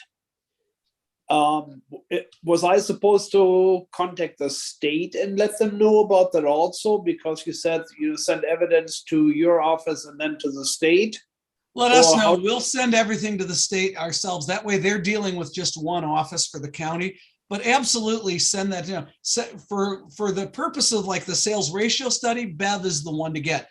And I'm pointing to Bev because that's where she is on my screen. If you're wondering what I'm pointing at, she is not actually sitting in front of me. But if for this purpose, for the purpose of give me examples that I can use, in other words, show me what you would like fixed. That's the best way I can actually give them something to help get it fixed. Does that help, Uwe? Okay. Yeah, that did. Thanks. Any others on question number 1 before I get to question 2? Now, question 2 did come from Uwe. Taxpayer A has a house assessed at $350,000 for sale for $400,000. Taxpayer B is an insured party who offers taxpayer A $10,000 in cash under the table to sell the house for a stated price of $300,000. The sale of the house now on paper is $300,000. No one knows about the $100,000 extra trading hands except A or B. Taxpayer B applies a reduction in the assessment based on the lower sale, which is lower than the assessment of the property. Is the $100,000 considered part of the sale, or is it a separate transaction that has nothing to do with the house? The answer to that is, well, first of all, that's fraud because they have now avoided some of the tax on the P-Tax 203 form that they'd be required to pay. Probably the more difficult thing is, how do we even know about this? If you suspect that there is fraud going on, that somebody has filed a fraudulent document, and a P-Tax 203 is a sworn affidavit, so perjury penalties do apply to that. Send me as much information as possible. What I will do in that case is provide that to the state's attorney's office, and the state's attorney can see whether to proceed with an indictment or not. That's the best I can do. We don't have the authority to prosecute anyone ourselves, but we can let law enforcement handle that for us. Does that answer your question, Uwe? Thank you. Yes. Very good. Those are the only 2 questions I had emailed to me ahead of time. Any questions anyone wants to add in at this point? Is there anything that we thought we'd covered? I think I hit everything on the written list. Yes, Janet. So my question is, when it comes to the omitted property, how do we actually file for it? What's the actual? I thought I had an omitted property section in here, and I'm not, and I didn't see it. So no, Mark, it's in the rules and procedures. Oh, that's right, because that's where it's in there. Because omitted property is a board of review issue. So the rules and procedures for that do have that. Let me bring those up. Let me find it, and I'll share my screen, and that way everyone can see it at the same time. Give me a moment here.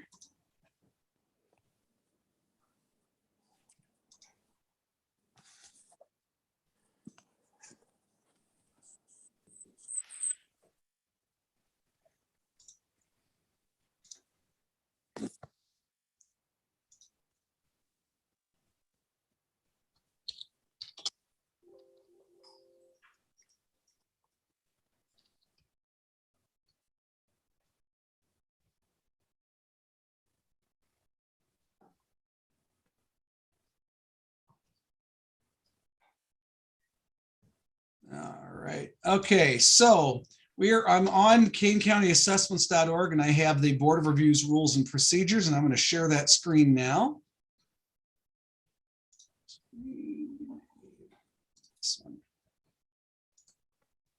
Okay. So in looking at this, we have Rule J. These are very small amounts because we don't have a very formal procedure. So the first rule is the Board of Review has the authority to place an assessment on omitted property, and it gives a statutory citation of section 9-265. And the only rule that we have is once we do, we're going to give the taxpayer at least 10 days written notice concerning the action where they can request a hearing. So if you want to put something on as omitted property, the first thing you need to do is send an email. Who handles the emails on omitted property, Bev? Normally Donna does, or you could email myself. It doesn't matter. So what we need is a parcel number. We need the improvement that is going to be, that has been omitted. And then we need the value that it's put on. And if it's a partial, we'd need the information for the partial assessment at the same time. So if it was omitted as of, say, June 1st of 2020, we would need that date and percentage. Now, what can omitted property include? If the property was completely omitted from the tax rolls, then it can include land and building. But once $1 of land is on, land is off the picture. We cannot assess land as omitted property. In other words, you can't use it as a vehicle to change an assessment, only if it's omitted. So what gets omitted from when it's land? Well, non-homestead exempt property does. If we discover that a property should not have been exempt and was, that can be placed on the tax rolls going back 3 prior years plus the current year. That's the limitations on assessment.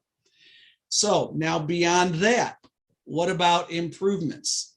If there was $1 of building improvement on there, then you cannot add on to building improvements. Again, it can't be used to adjust. But if the building improvement was completely omitted and there should be a building on there, you can add that building improvement on. Again, 3 prior years plus the current year can be done. Now, what happens when it comes in? The Board of Review is who has to actually assess that. When the Board of Review assesses that, they're going to send out a notice to the taxpayer. The taxpayer can ask for a hearing. If there's a hearing, it functions very much like a regular Board of Review hearing. Each side presents their evidence, but that evidence need not be brought in advance, simply because unlike an assessment complaint where you have to provide it all up front, we do these more like a correction hearing. So those hearings come in, the Board of Review then issues the omitted property ruling, and that goes over to the treasurer. The treasurer is then going to immediately send a bill for all those back years, and that bill is due within 30 days.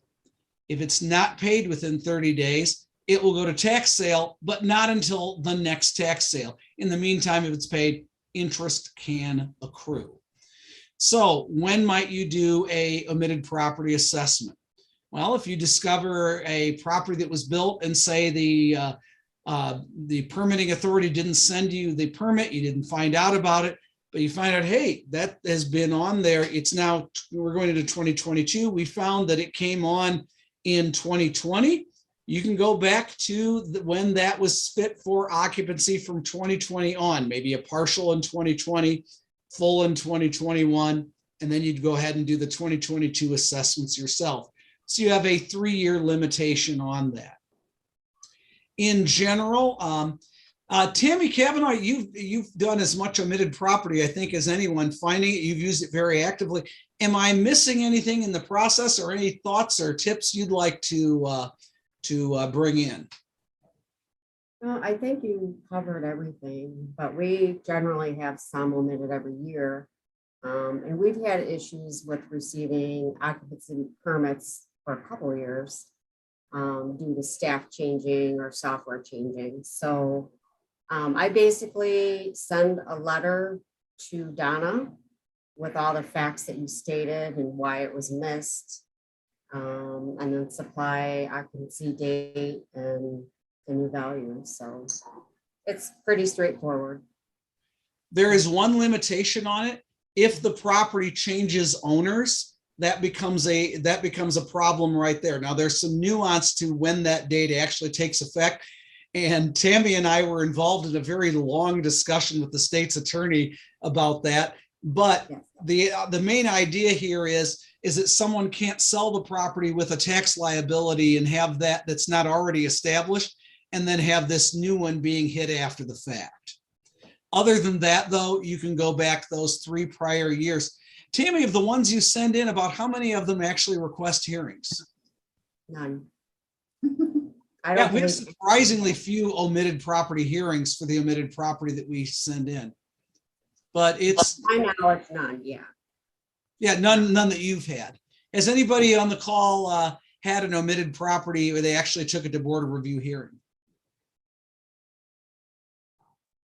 I can't remember any. Usually they're things like, oh yeah, you caught us.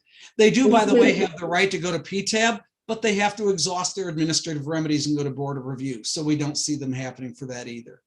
Well, these are really just they're going to be prorated. I have about 30 to 40 houses that were completed that I did not get the occupancies from the city of Elgin until like 3 days ago. So I had no option to have them put in as a certificate of or as a correction.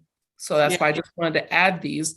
They have neighbors that I've already assessed them. So those neighbors are going to be really mad if I don't assess these too at some point. You're absolutely right. They will look and they will call you about it. Yes, they will. And so that's certainly something we can do.